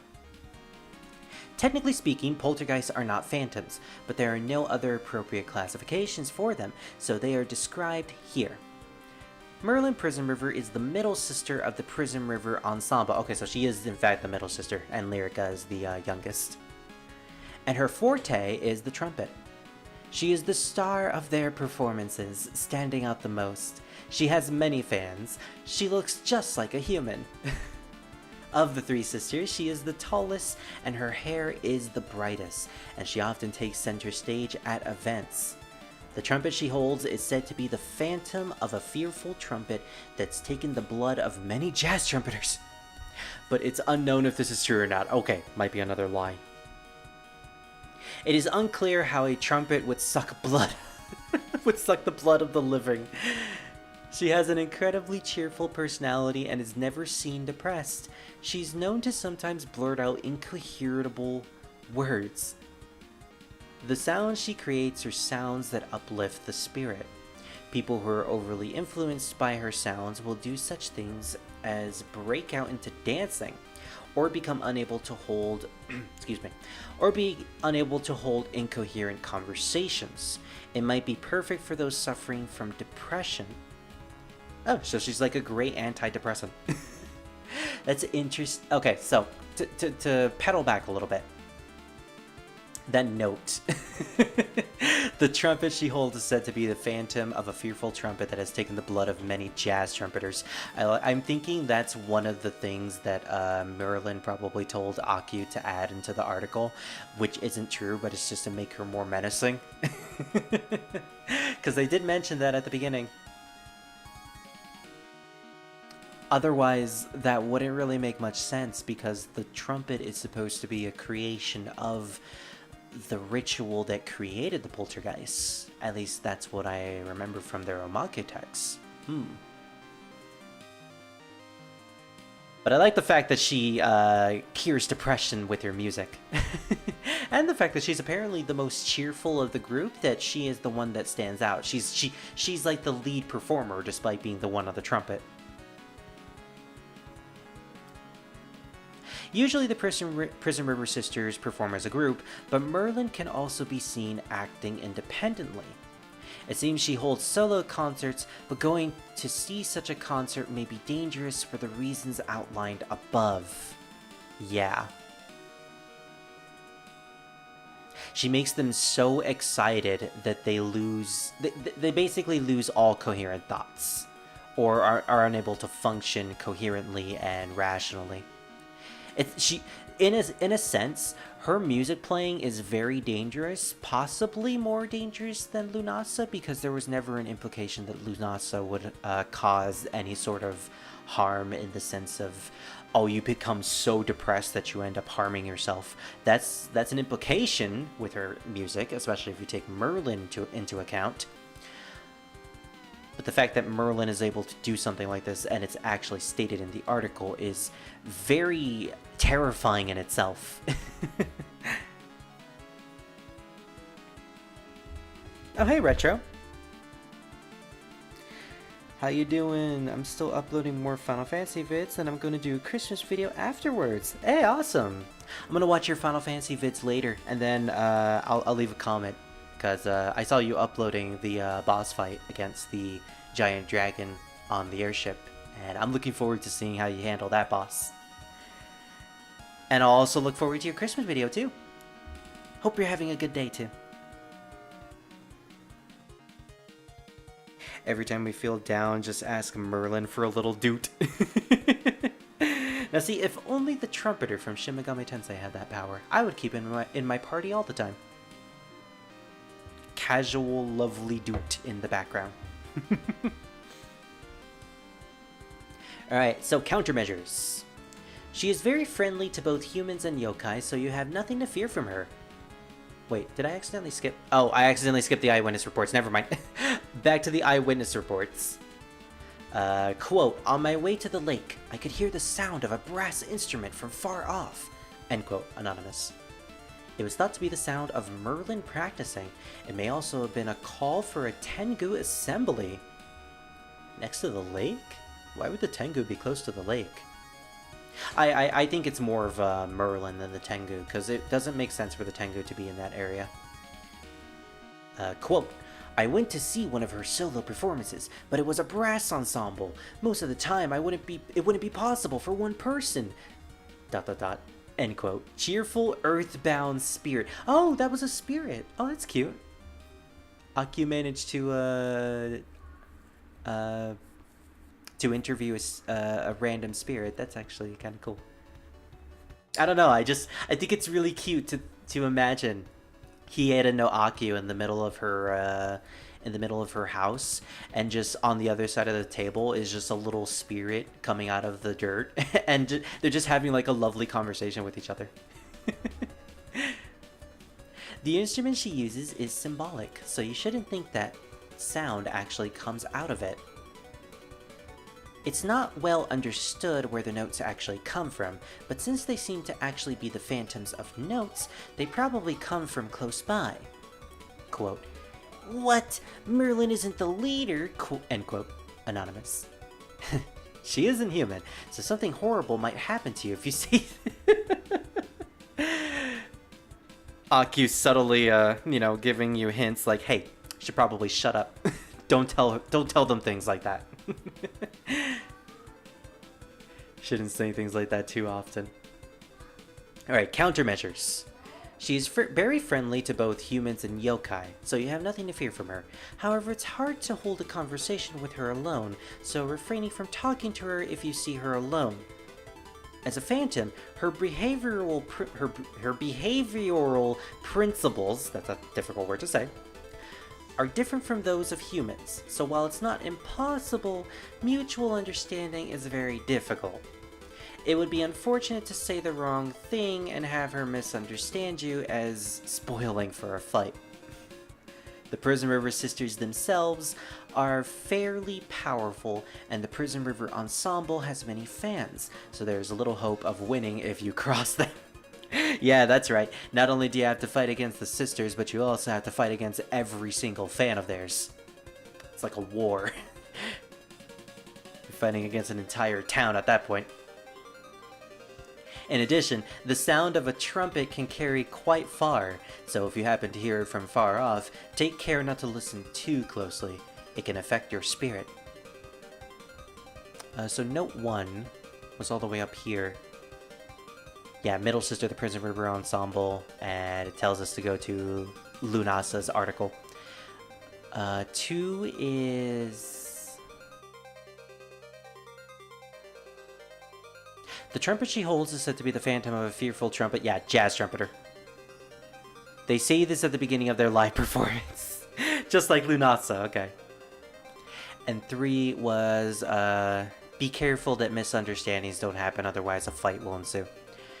Such misunderstandings are common due to difficulty in communication. Even praise can be dangerous. So basically, just don't talk to him. Just don't talk to them whatsoever. It's not even worth it.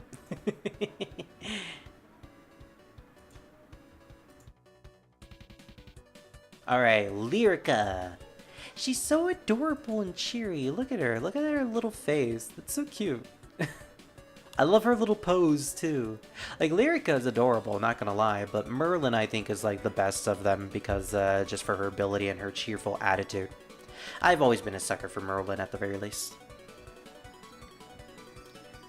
Multiple yokai helped with the Chronicles, so maybe she got something to get cheerful spirit. Yeah, she probably had one. She probably had, like, Yomu bring a cheerful spirit to her grounds or something like that. The Poltergeist Keyboardist, Lyrica Prism River. The ability to play instruments without using her hands. Yeah, so pretty much the same as the other sisters. We're going to skip this part. Technically speaking, poltergeists are not phantoms, but there are no other appropriate close applications for them, so they are described here. Yeah. The youngest sister of the Prism River Ensemble, Lyrica Prism River plays the keyboard and percussions. See the article on Lunasa, yeah. Her body... My body. I can't move. Phantom or not, body is a body, yeah. Her body is the smallest of the three, but her music is dynamic. Her appearance is no different from that of a human. She is the shortest of her sisters and thrashes about during live performances. The keyboard she plays is said to be the phantom of a synthesizer used by a famous artist that created sounds that were too peculiar, so it never sold and faded into obscurity. Sure. Yeah, they say this in their live performances, okay. Same for pretty much every single sister. But it's unknown if this is true or not. I like the I like the symmetry though when it comes to these three articles. They're basically the exact same. Her personality is the most human-like among the sisters, so she's easy to converse with. However, she does have a sly, worldly side to her. The sounds she creates are sounds that don't exist in the present world. Her sounds are the sort of sounds that can't imagine when they came from or how they were created, rather than the phantoms of notes. One might say they're illusory notes. Compared to her sister's sounds, they are unlike anything heard before, but they don't resonate with the mind and spirit and are heard normally with the ear. Okay, so she's the exception compared to the others. Her music is actually heard through the conventional sense, you know, through the ear. They're heard through hearing. They don't speak to the mind, but they do still have some effects on it. Actually, no, I just read the next line. Since they have no effect on this mind and spirit, you can listen to them without worry. She normally performs together with her other two sisters, and if she ever acts on her own, she's probably quarreling with her sisters or has some ulterior purpose in mind. So that explains why she is able to do solo performances. And this also confirms that, yes, her music is different from the others. It does not affect the mind and the spirit. If you listen to the music, it's just listening to sounds, listening to actual music, like how it would usually be. So that's interesting. Okay. I did not know about that when it came to Lyrica. I knew that she was different compared to the other two, but I didn't know this was the reason why. Eyewitness reports. Quote, she's so small it's hard to see her at performances, but hang in there, Lyrica, end quote. Anonymous, that's a nice anonymous there. She's small, but her instruments are large, so she really doesn't stand out. Hang in there. Even Akyuu is like, you can do it. I believe in you. Quote, is Lyrica ever going to hold a solo concert? End quote. Oh, okay, I guess she never did hold a solo concert. It was just Merlin. But you're able to hear Lyrica practicing without having the crazy effects on you. I can't answer that, but I have heard of her doing so. But I have never heard of her doing so. Quote, the other sisters are fine, but that Lyrica's a cheat. Her instruments can't be doing that, end quote. That keyboard somehow creates strange notes. Nobody understands how it works, but that's how phantoms are. Yeah, I like the fact that no one in Gensokyo knows what a Yamaha keyboard is, so they clearly don't know that it can record sounds and be played through the keyboard. They're all just calling her a cheater. That's sad. Countermeasures. She's very friendly to both humans and yokai. Same thing. You will never come across her on her own, but mutual understanding shouldn't be difficult, so you can avoid any danger by talking to her. Also, poltergeists can't just sit still quietly. So even if they're carrying on or talking incessantly, they're not necessarily angry, just settle down and cope with it. If you happen to cross her, though, through some off chance, the best thing to do is retreat and run as if death itself were after you. Jesus, okay. So the poltergeist articles were rather fascinating. We got to learn a bit about Yomu and some more information about the Prison River Sisters that I legitimately did not know, or at the very least did not know the full context of.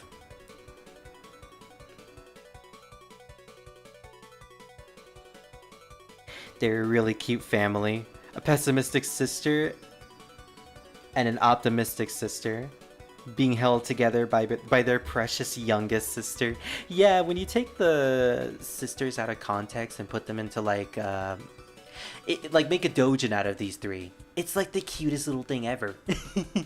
It's like a slice of life sitcom with all three poltergeist sisters. That's actually kind of an adorable concept. I'm sure someone's made a doujin of that somewhere on the internet. I wouldn't mind reading something like that though. Yeah, I love that the reports are mostly Prism River fans. Considering the fact that they are a famous band group, it makes sense for their fans to be the ones in charge of the reports. I dig it. I like it. And there goes the music stopping again. Yay! Wow, and I really thought an hour of music would get us through the entirety of this book. What was I thinking?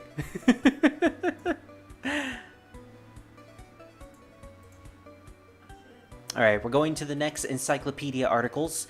The Yokai. Uncontrollable and reckless mystical power. Yokai.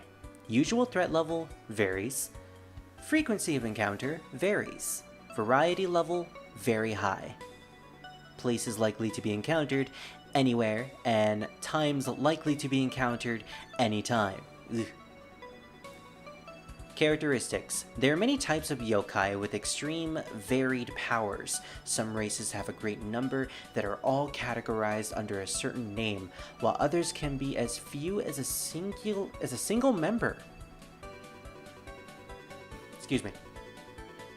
These unique yokai are not called by whatever individual species they may be, but simply yokai. It's like an umbrella term.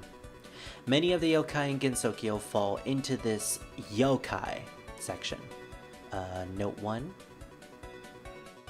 It might be confusing, but yokai as a race is similar to the others section of a graph. I suppose there are quite a few graphs where others is the largest category. Yeah, so just because they're referred to as yokai doesn't mean that they are innately just Japanese creatures. Yokai is just an umbrella term for anything that is supernatural, such as Western demons, vampires, werewolves, which are technically not classified as yokai. So, yeah, that's pretty much what yokai are. It gets confusing for people who aren't really into the series and they don't really understand the concept of, okay, everything supernatural is classified as yokai, but, you know, vampires aren't yokai, and yeah, that's where the confusing part comes in.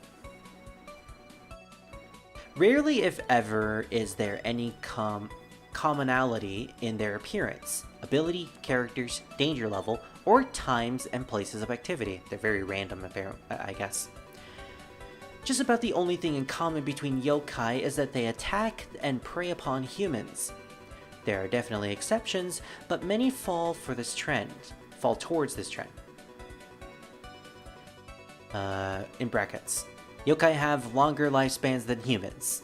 Yokai have stronger bodies than humans, so even if they're split into 5 parts, they heal right away.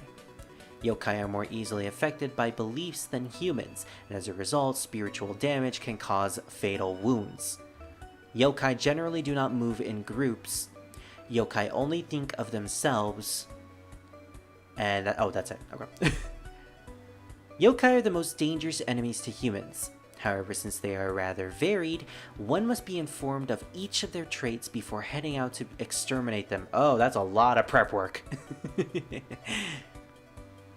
So it's interesting.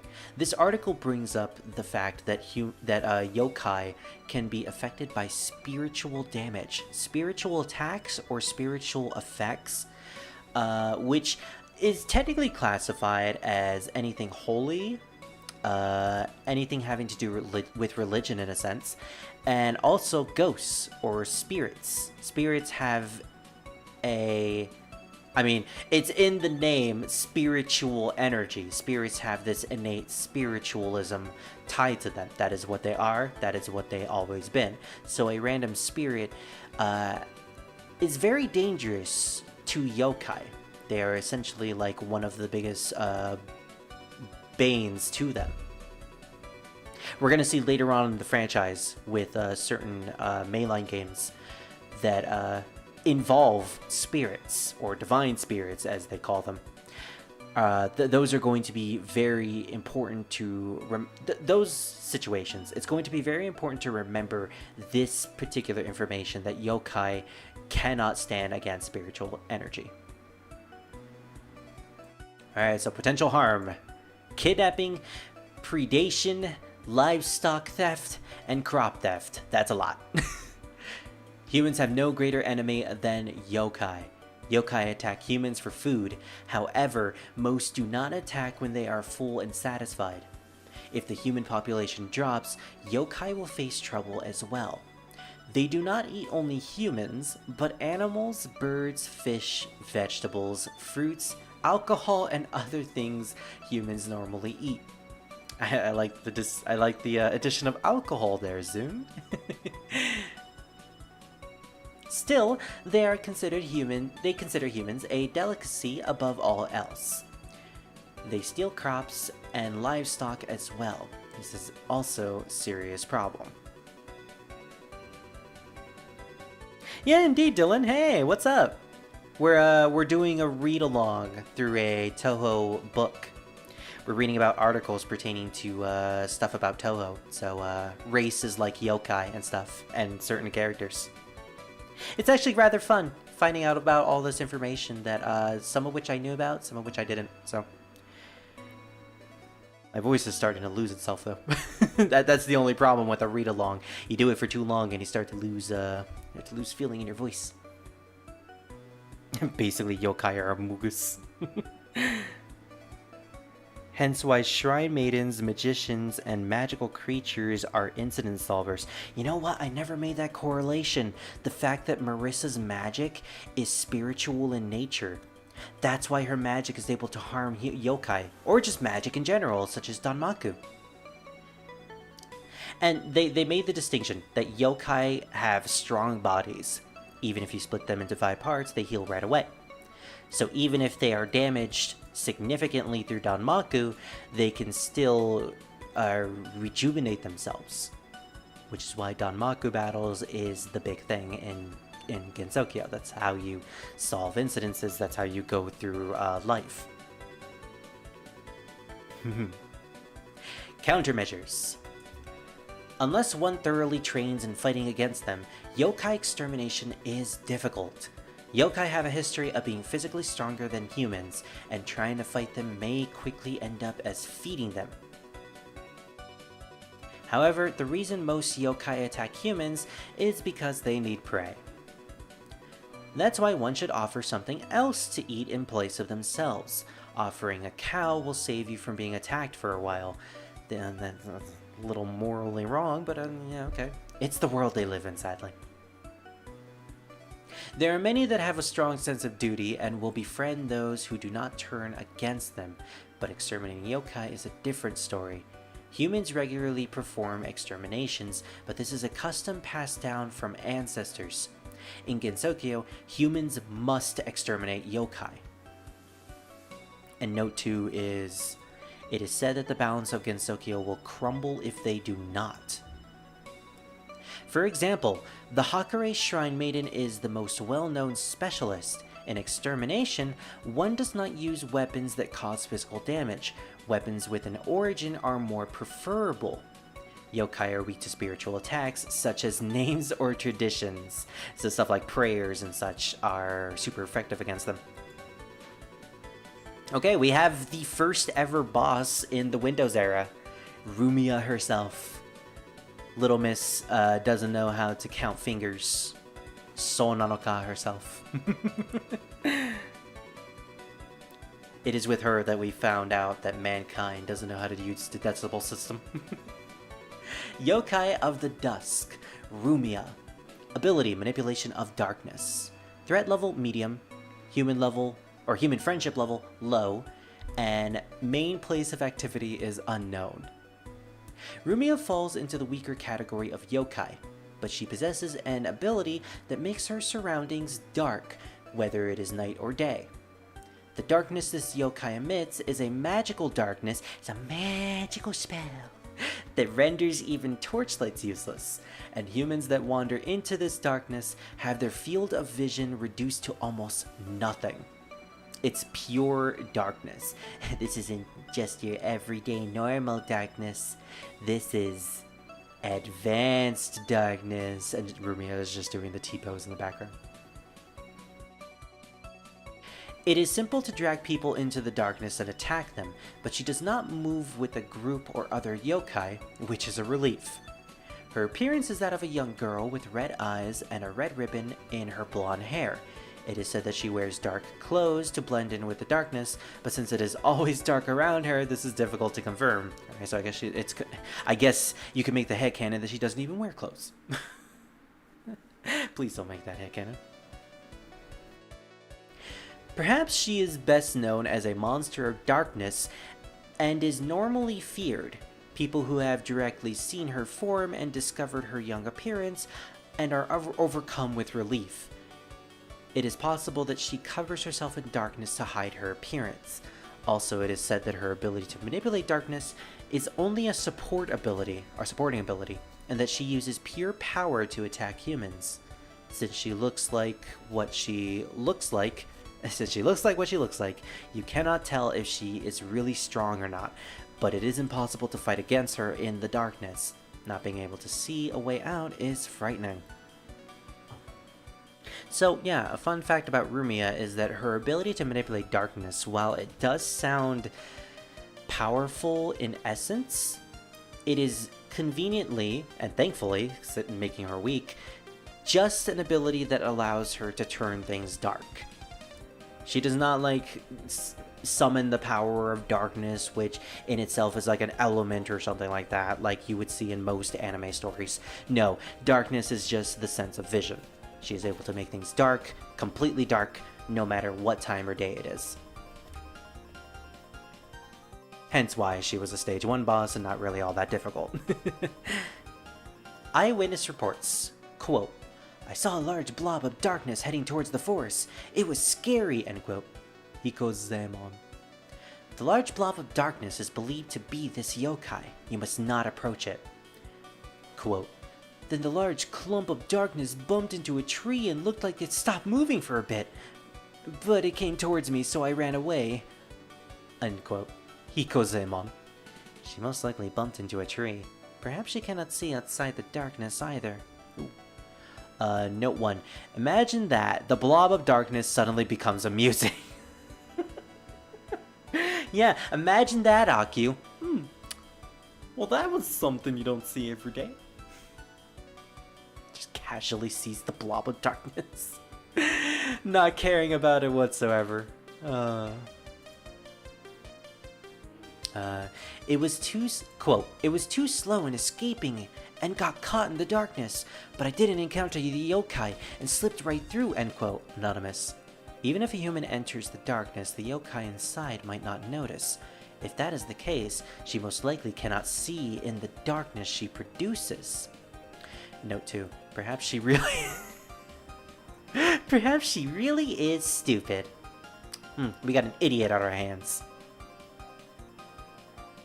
Countermeasures. Since a human's power can't compare to a yokai's in the first place, it would be impossible to put up a fight within darkness that renders even torchlights useless. It's like the infinite darkness genjutsu in Naruto. Can't see anything in it whatsoever, not even yourself. The best way to deal with this would be not to enter the darkness unless you are very confident in your abilities. You should also avoid visiting places where the moonlight doesn't shine at night.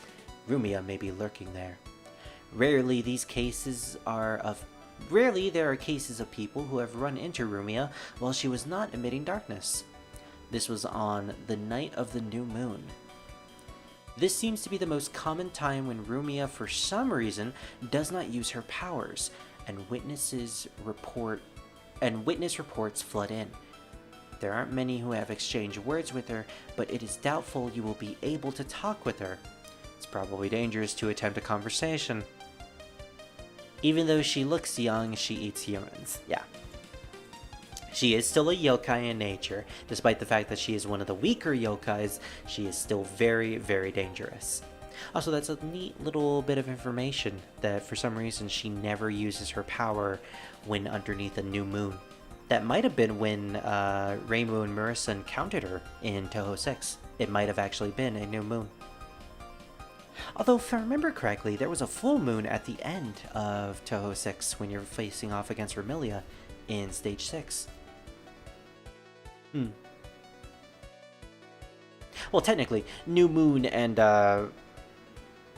full moon are very difficult to make the distinction between each other, so... Alright, next yokai, Letty Whiterock. One of my favorites, personally. Also, does she have wings in that artwork? I have never seen Letty with wings. I can't tell if that's supposed to be wings or if it's part of her outfit. It looks like wings. Like, from afar, it looks like actual wings, and I don't understand if that's what it's supposed to be. Very, very strange.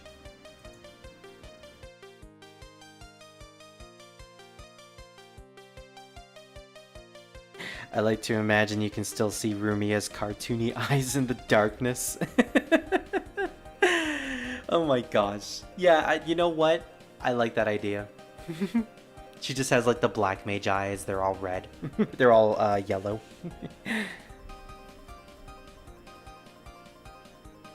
You look out for the village one day in the morning and you just see a dark blob flying by. Yep, it's gonna be a good day. I mean, in Gensokyo, that's entirely possible. Oh, that's her scarf? I completely forgot that Letty had a scarf. Oh my gosh. Wait. Letty Whiterock. Can I see her article? Like, her actual,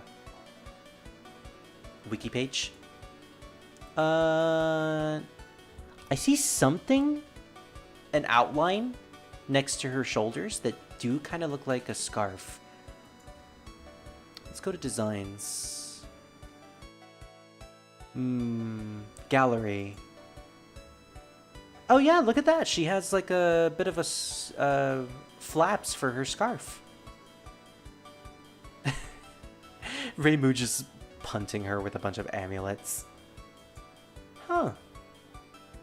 Yeah, I never noticed that. I never noticed that Letty had a very long scarf. But now that I see it, I really like it. Okay. That's cool. I don't know why though, but in this artwork, they make it look like their wings, like their insect wings. Probably could have made a better distinction, but it is what it is. Alright, Yokai of the Winter, Letty Whiterock. I don't know why, but I've always been a big fan of Letty, so... Ability, Manipulation of Chill. Threat level, Medium. Human friendship level, Low.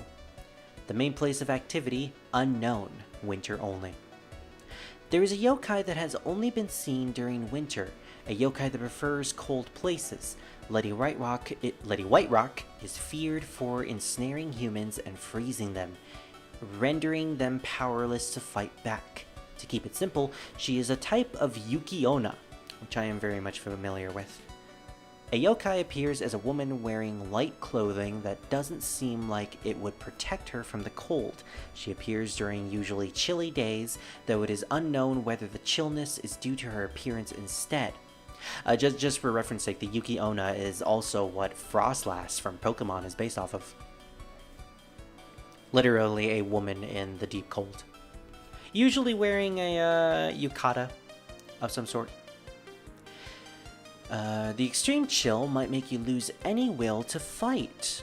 To say that the fight is over before it even began. It does not mean that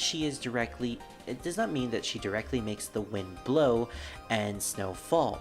But since she can enhance the winter that exists within nature, she can exhibit ridiculous power which seems impossible for one yokai. Despite being controlled by nature, her power is extremely strong.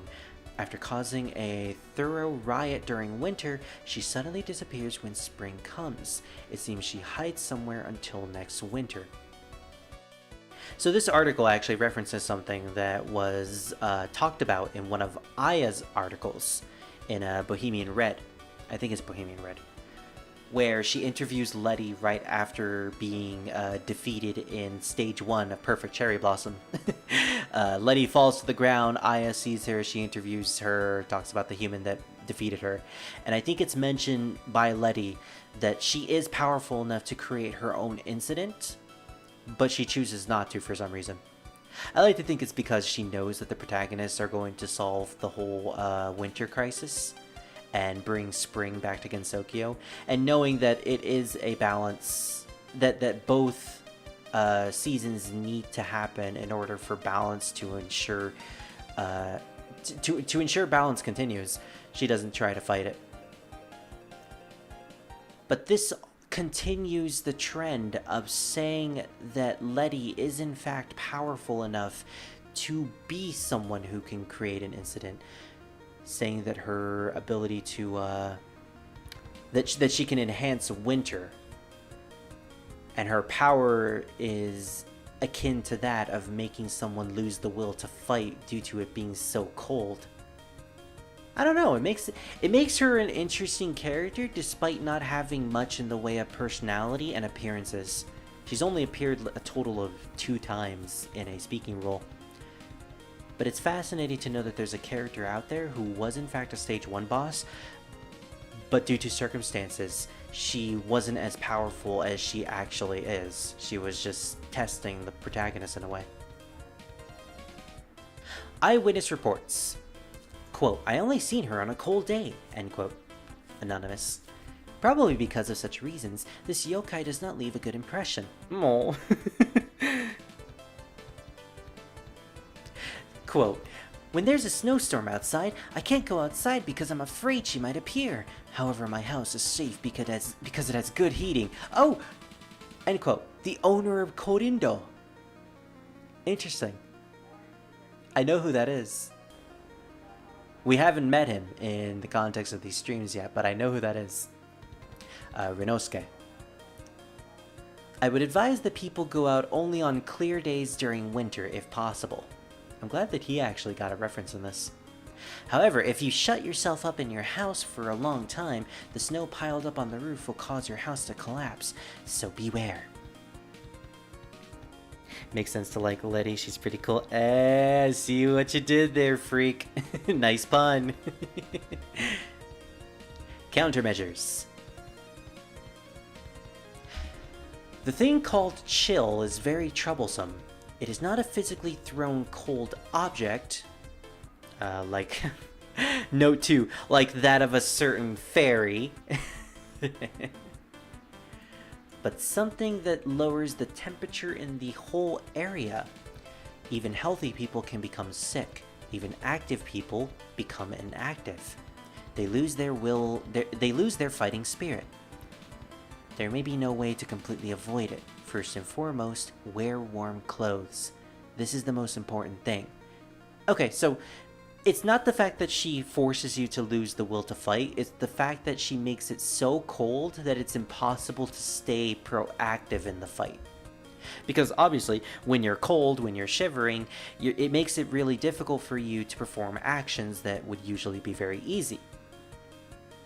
Hence why the protagonist in Touhou 7, barring Sakuya, who for some reason showed her bare legs despite wearing a giant scarf and long sleeve dress, we're gonna ignore that part, were all in winter clothing, so I guess that's why Letty was not as powerful as she probably could have been.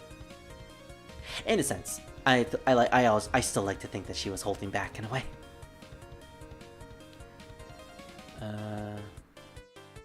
The most important thing. This is the most important thing. It is enough for your body. It is enough if your body can move while you flee. In particular, if the extremities of your body become cold, your circulation might worsen, so you should take care to eat well. If you are careless and happen to see her while wearing light clothes, it is hopelessly difficult to escape, because the chill extends for a wide range. If you are not resistant to the chill, it is unlikely you will survive for long. Gosh, she makes it that cold apparently. However, even though this yokai is fearsome, she only appears during winter. When spring comes, because it is warmer, there is nothing to fear. If you find this yokai during summer, it might be your best chance to strike. Kill her while you have the chance. However, there have been no reports of seeing her when it is not winter.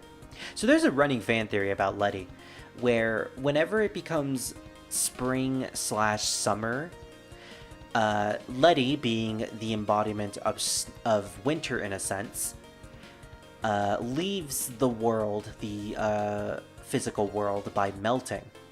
And then once it becomes winter, she then respawns with a full body. I actually kind of like that theory because it explains why she's not around whenever it's warm. And Akyuu makes a note here that she's never been reportedly seen whenever it's not winter. It makes the most sense. Yeah, Korin is here for some reason. I don't know if he has his own article, but probably not. Yeah, he's gotta show them legs. Them really weird noodle legs that Sakuya for some reason always has. I dig that Wriggle Nightbug design right there. Looks even more like a tomboy than she usually does. A bug of light wriggling in the dark. Wriggle Nightbug. Ability, manipulation of insects. Threat level, medium. Human friendship level, normal. Main place of activity, bushes, clumps of grass, etc. So she's a Pokemon, you can find her in clumps of grass. When it comes to yokai humans find unpleasant, Wriggle Nightbug is a good example. As to why she's considered unpleasant, she always appears with a large number of bugs and can control them at will. Just imagine being simultaneously attacked by centipedes, caterpillars, moths, spiders, and cave crickets. As someone who isn't a big fan of bugs, that is very terrifying. Especially the spiders and centipedes part. Moths I'm actually kind of fine with. I would love to be attacked by moths, and by attacked I mean just subtly trying to nuzzle me. It makes your hair stand on end. Well, apparently Akyuu doesn't like bugs. That's the impression that I'm getting.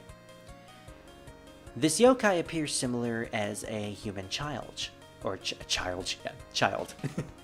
Formally, she doesn't look completely like a bug, she only has antennas and wings, but other than that, she doesn't look any different from a human. Note 1. She likely needs to take on a human shape in order to make it more difficult for humans to exterminate her. Makes sense! Wriggle is a bug yokai. To be exact, she is a firefly yokai.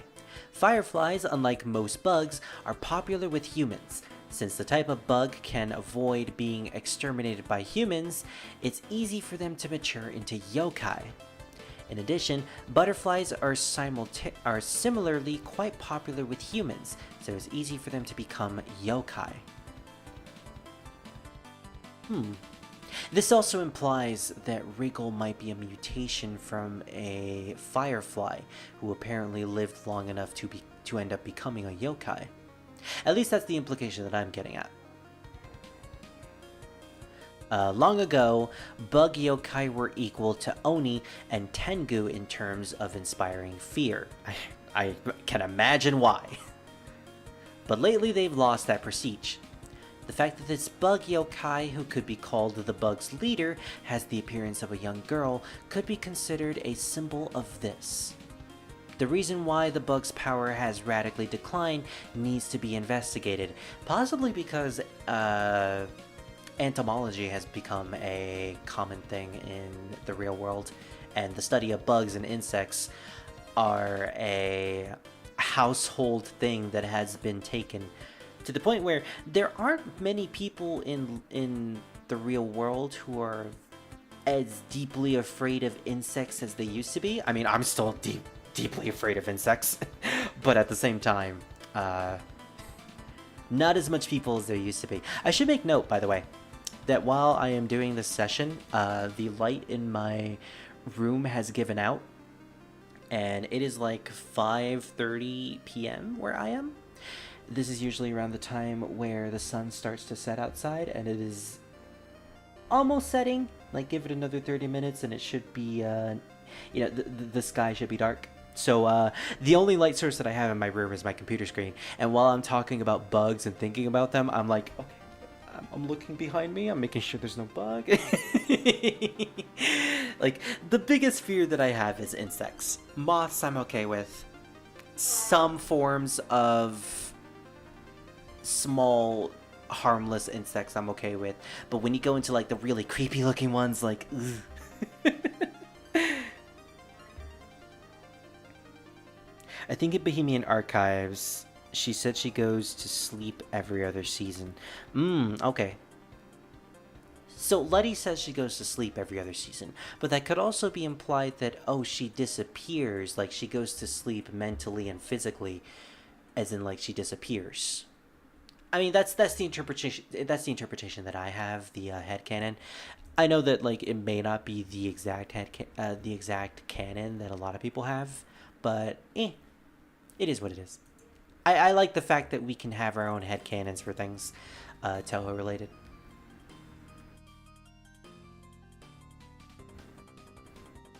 Wriggle tries her best to give bugs a good impression, but her ideas usually involve making physical contact with humans. Like, hey, I said if moths come to nuzzle me, I'd be perfectly fine with that. If it's a giant spider that's been mutated in wacky ways, like the stuff you find in, what is it? Australia. No. No, Wriggle. No. Just win me over by moths, and I'm fine. I'm perfectly fine with that.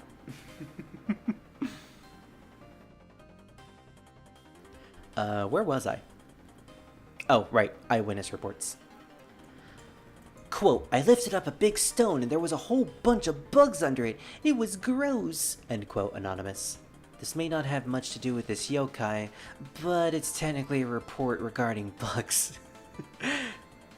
Quote, there was a clump of centipedes under the overhang of my roof. I wish they'd go away. End quote. This may not have much to do with this yokai. Quote, there was a cave cricket at my back door. I hate those things. End quote. This has nothing to do with this yokai. Akyuu, oh my gosh. The eyewitness report says nothing to do with Wriggle. It's just a bunch of bugs. I'm loving this book, by the way. We're probably not going to finish this in one session. I'm going to have to divide this up into multiple parts, but I'm digging reading through this. It's really, really fun. Countermeasures. The things that make bugs frightening is their numbers. Individually, they don't have much power, but when they come in large groups, they're hard to deal with. This is particularly true for bugs such as hornets. While killing one or two means nothing, if they land one sting, it can kill a human. The most effective countermeasure is building a fire and using fumigation in order to keep bugs away from large areas. Note 2. Recently, there's also a let me start that over. Recently, there's also a convenient chemical known as insecticide. Yeah, like the other month, my family was dealing with a large amount of ants that somehow got into our kitchen, and a couple of ants, nothing really to worry about there. As long as you get rid of them, then easy gum, easy go. Once they start hoarding into a particular area and they find a way to get in commonly, that's when you have a huge problem and you need to take care of it as soon as possible, and then it becomes a really big problem that becomes way too difficult to deal with. So I get what Akyuu is saying here. Yeah, hordes are definitely difficult to manage when it comes to insects. Also, they're generally weak to cold. They're active from spring through fall, but they almost never show up during winter. Although her control of bugs is frightening, there isn't much that is dreadful about facing Wriggle Nightbug herself. If you're trying to exterminate yokai, your best bet is to go after this yokai during winter when she's alone. Also, among the bugs that this yokai uses, the ones you need to be most careful of are the harvest mites. Harvest mites are devil bugs that can't be seen by the human eye. Excuse me? And you don't even notice that you've been bitten. Excuse me? Later... Oh gosh, thinking about these weird bugs that are invisible to the naked eye is kind of terrifying. Later, small black bite marks will appear, but by then it's too late. You'll get a high fever and collapse, and there's a high probability of death. There's no effective treatment. If Wriggle doesn't seem to have any bugs with her, and yet looks highly confident, this is when she's the most dangerous. She could have harvest mites lurking around her. Or maybe fleas. Yeah, either one are really terrifying. Oh gosh. Like, yeah, when you really think about it, Wriggle's ability to manipulate insects, depending on the type of insects that she is manipulating at that moment, is incredibly deadly. Like, she could, like, not even talking about the harvest mites or the fleas, if she were to use spiders, poisonous spiders, that would be absolutely terrifying. Anyways, I'm being called, so I will be right back.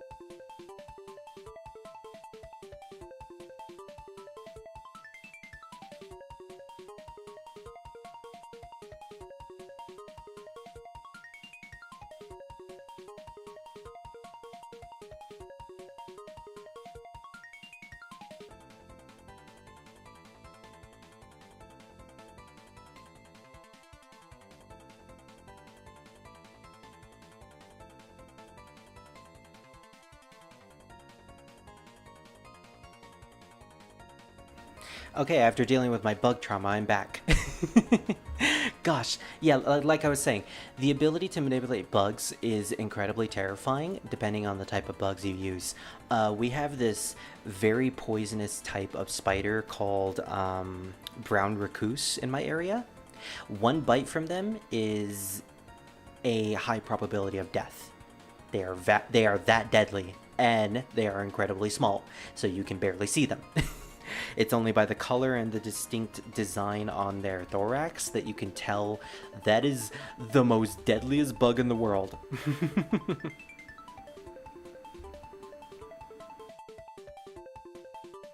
I remember these reports. Akyuu just wanna hate on bugs. I know, she just found a bunch of random people who also deal with bugs and just hate bugs, and now she has them reporting on bugs, even though it has nothing to do with Wriggle. I love it. I love this.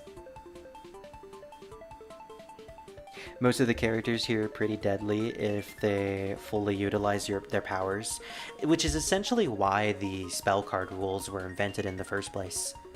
You gotta make sure that the humans are protected by any means necessary by implementing these rules to, at the very least, keep them as safe as they can be. Okay, so we're gonna do one more article and then we're gonna call it a day because it's getting pretty late.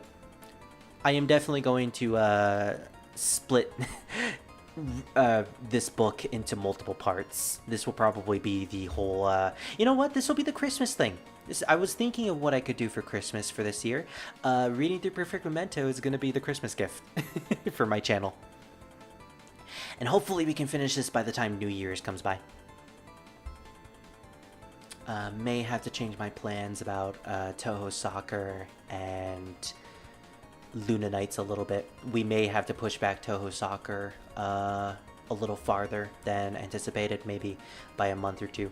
But I will be playing Luna Nights as soon as I'm done with this book. Alright. Mystia Lorelei. Another favorite of mine. And probably a favorite for a lot of people, considering she has a bunch of material for her.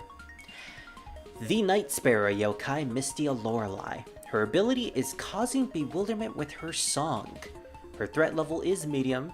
Her human friendship level is in fact very poor. And main place of activity is roads at night. Now see, I'm curious if Akyuu is going to mention her Lamprey stand in this article. There are relatively many yokai who use songs or cries to bewilder humans on dark roads or in deserted forests at night. Mystia Lorelei is one of them. A singing voice from nowhere in particular without a source in sight can be heard, and while one is taken by that voice, they lose their way and are attacked by yokai. She is not often seen during the day, and there are quite a few witness reports, but it is said that she is a humanoid yokai with large wings. Yeah, the Christmas Chronicles. And you know what? For the next thumbnails, I'm gonna have Akyuu wearing a Santa hat. I think that would be really cute. What other chat can I play?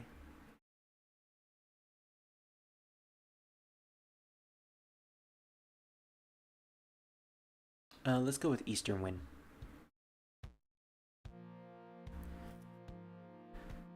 Oh, in case anyone's wondering, I'm using Flandra's Old World, aka Scarlet Flandra's YouTube channel for these extended Touhou songs. Great source of music, by the way. Note 1. If she would have been cited in this form first, she might not have been called a Night Sparrow. Yeah, she doesn't really look like a Night Sparrow all that much. Mystia's songs are unexpectedly vibrant and have an energy that would not normally be expected from yokai. Because of this, she is popular amongst young people. Note 2. It would be better if she weren't, though. That's unfortunate for you, Zune. She's very popular amongst the young crowd. Especially because of Mystia's izakaya. On the other hand, amongst the elder song yokai, they say, quote, "The young yokai lately are just loud and sing senseless songs. They're such an annoyance, it's nothing but noise," end quote. I'm assuming the elder song yokai are stuff like sirens and mermaids. You know, the typical yokai who are known for their voice and songs. Eyewitness reports. Quote, "I thought that the Prison River Ensemble hired a vocalist, but when I went closer, nothing good came of it," end quote. Anonymous. Unlike the Prison Rivers, her friendliness towards humans are considerably bad. Even if you hear a singing voice, you should not approach out of curiosity. Quote, "While walking along an animal trail, I saw a single food cart decorated with red lanterns." Here it is. "Wondering what it was, I went closer. Turns out it was the Night Sparrow stand. Boozer Rokusuke.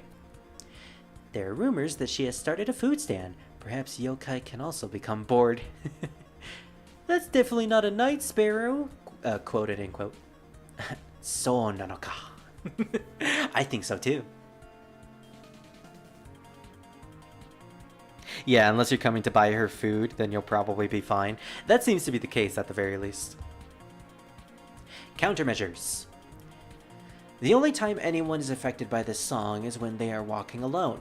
If walking in pairs, the person who becomes bewildered by the song can be brought back by reality by the other person who is yet to be affected, so attacks in those situations are very rare. It's kind of like how, to make another comparison that I did previously with another article, in Naruto, the only way to disrupt the genjutsu, which is an illusion, it's an illusion jutsu imparted onto a person, is by having the person who's not affected snap the person who is affected out of it. So it's like similar in how you get out of Mystia's songs. You basically have to travel in pairs and make sure that you snap the person who's affected by her song out of it. Like, hey, wake up. Snap out of it. The countermeasure would be to not walk alone at night. So basically, don't be lone wolves. This is not just limited to this yokai, but this is the most basic form of protection against other yokai. So how does one deal with becoming night blind? Eating lamprey is good for that. Eating lamprey. If you eat some every day, your eyesight will gradually improve. What must one do to exterminate this yokai? Well, since there is little chance of defeating her at night, you must resort to doing it during the day. But since she hides during the day, that is not a simple task.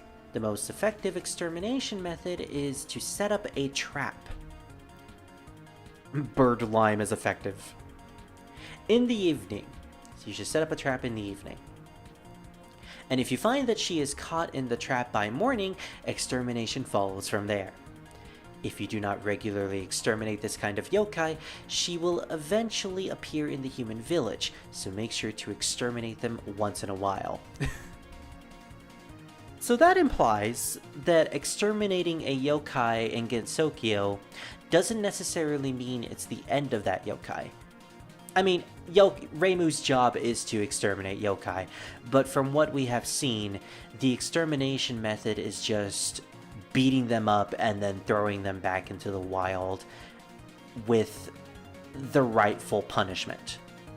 So letting them know that they done bad, giving them a good slap on the wrist and letting them know, hey, don't cause any mischief right now. That seems to be the case for what extermination is in Akyuu and potentially Reimu and Marissa's eyes. We gotta split our distinction of extermination meaning death and extermination meaning punishment, because there are two different distinctions in Gensokyo, and most people follow the latter of extermination meaning punishment.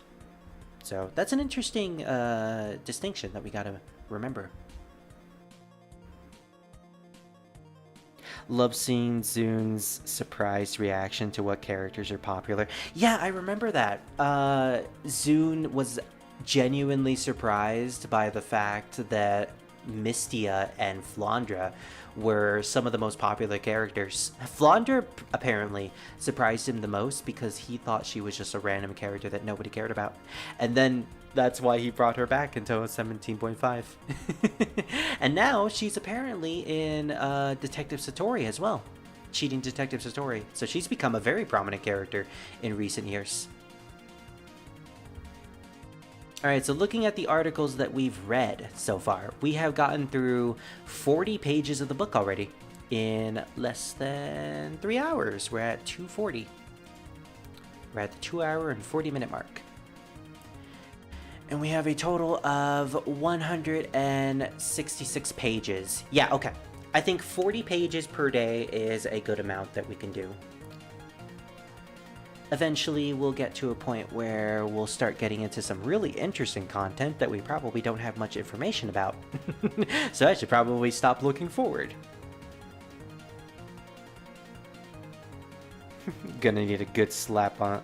Gonna need a slap buddy during the night walks. Yeah. I'm liking this information on how to deal with certain yokai when you're a denizen of Gensokyo. You know what? For people who are really into the roleplay scene, this is like the best. This is like the best book to have when you're trying to make a tabletop Touhou game. Like, okay, you're this person in the human village who is also an exterminator, but you could also be a normal human. So this is how you get all the information on how to deal with said yokai in the world. This is like great for a Touhou DM. I wonder, is there actually a Touhou tabletop game? Oh, I just will look right now.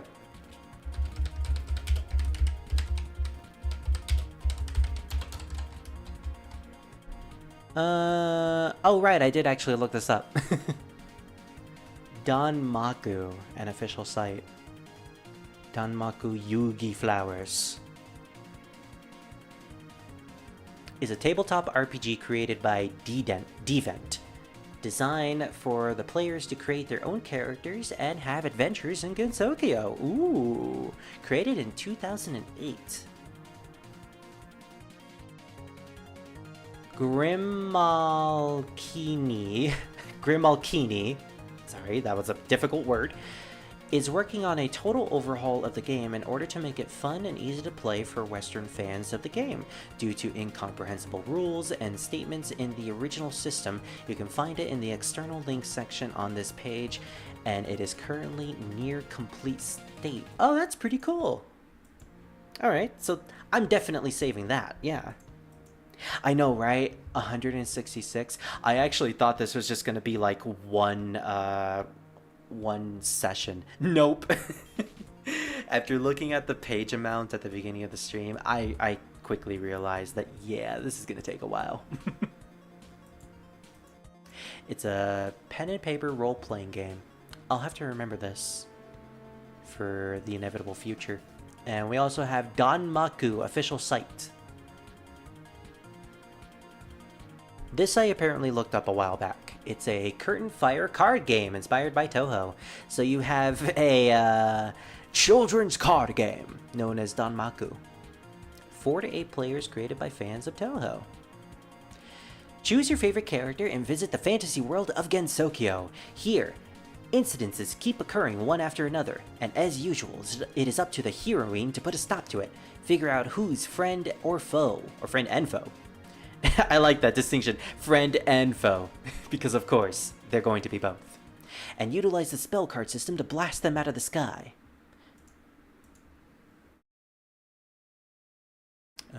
Shrine Grounds. Danmaku is a party card game. Up to 8 players can play with a single copy.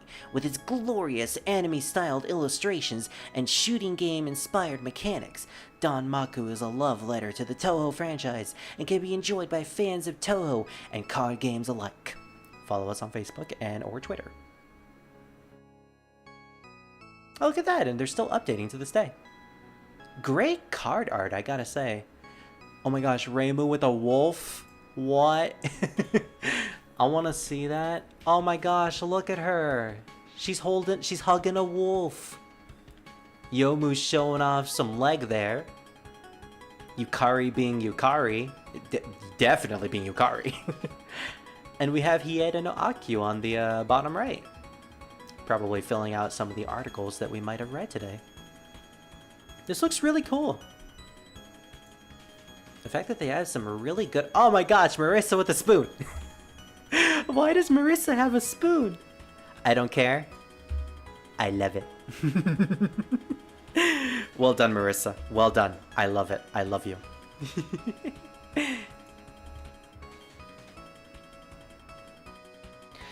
I've heard that there have been a few attempts of Touhou tabletop RPGs, but most of them either don't last long or are not that popular. Yeah, that seems to be the case for this one that I just read before this. But Danmaku looks very entertaining. I love Mike there. Mike is looking pretty cool. I've heard about this card game thanks to a YouTube video. Ooh, okay. I'll have to look into this later, but this seems really, really fun. If I can somehow get a physical copy of this, when I eventually head to some of my friends in the East Coast, I'm definitely gonna force them to play this with me. You'll be the first druid. I know you're out there. But yeah, that was a good sidetrack. So yeah, this is the plan. We're going to stream some more Perfect Memento and Strict Sense sessions down the road. I am going to try to finish this book by the end of the year. I give it at least 2, maybe 3 more streams after this one, and we will finish it. In terms of my Touhou plans, we will be playing Touhou Luna Nights, but I will be pushing Touhou Soccer back by a month or so. Mostly because I wanna eventually get to the mainline Touhou games again, specifically Touhou 10 to Touhou 13.5. I want to start the Religious War arc, preferably by the end of the year, or by the beginning of the year.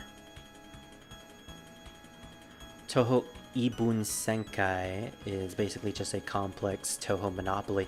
Ibun Senkai? I did not know that was a thing. One second. Ibun Senkai.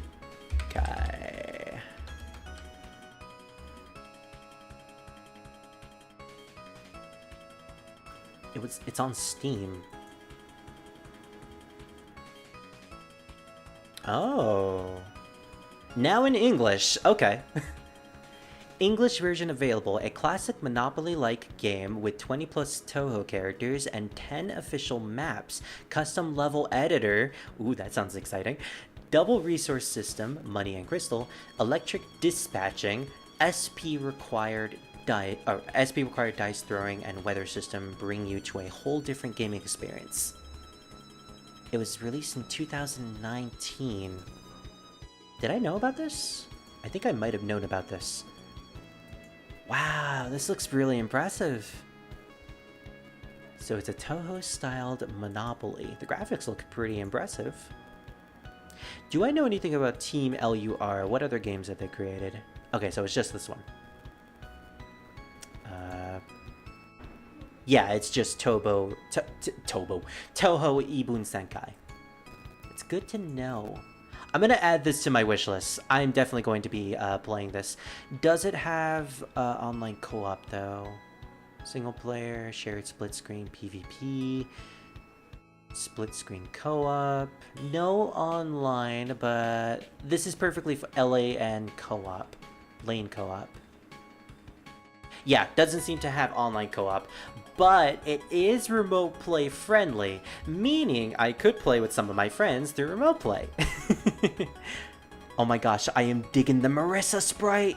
Ah, it looks so pretty. I'm just geeking out, I'm sorry. The custom level editor really won me over. I'm definitely going to add this to my wishlist and get it as soon as possible. This is definitely going to be a fan game that we will be playing later down the line, though.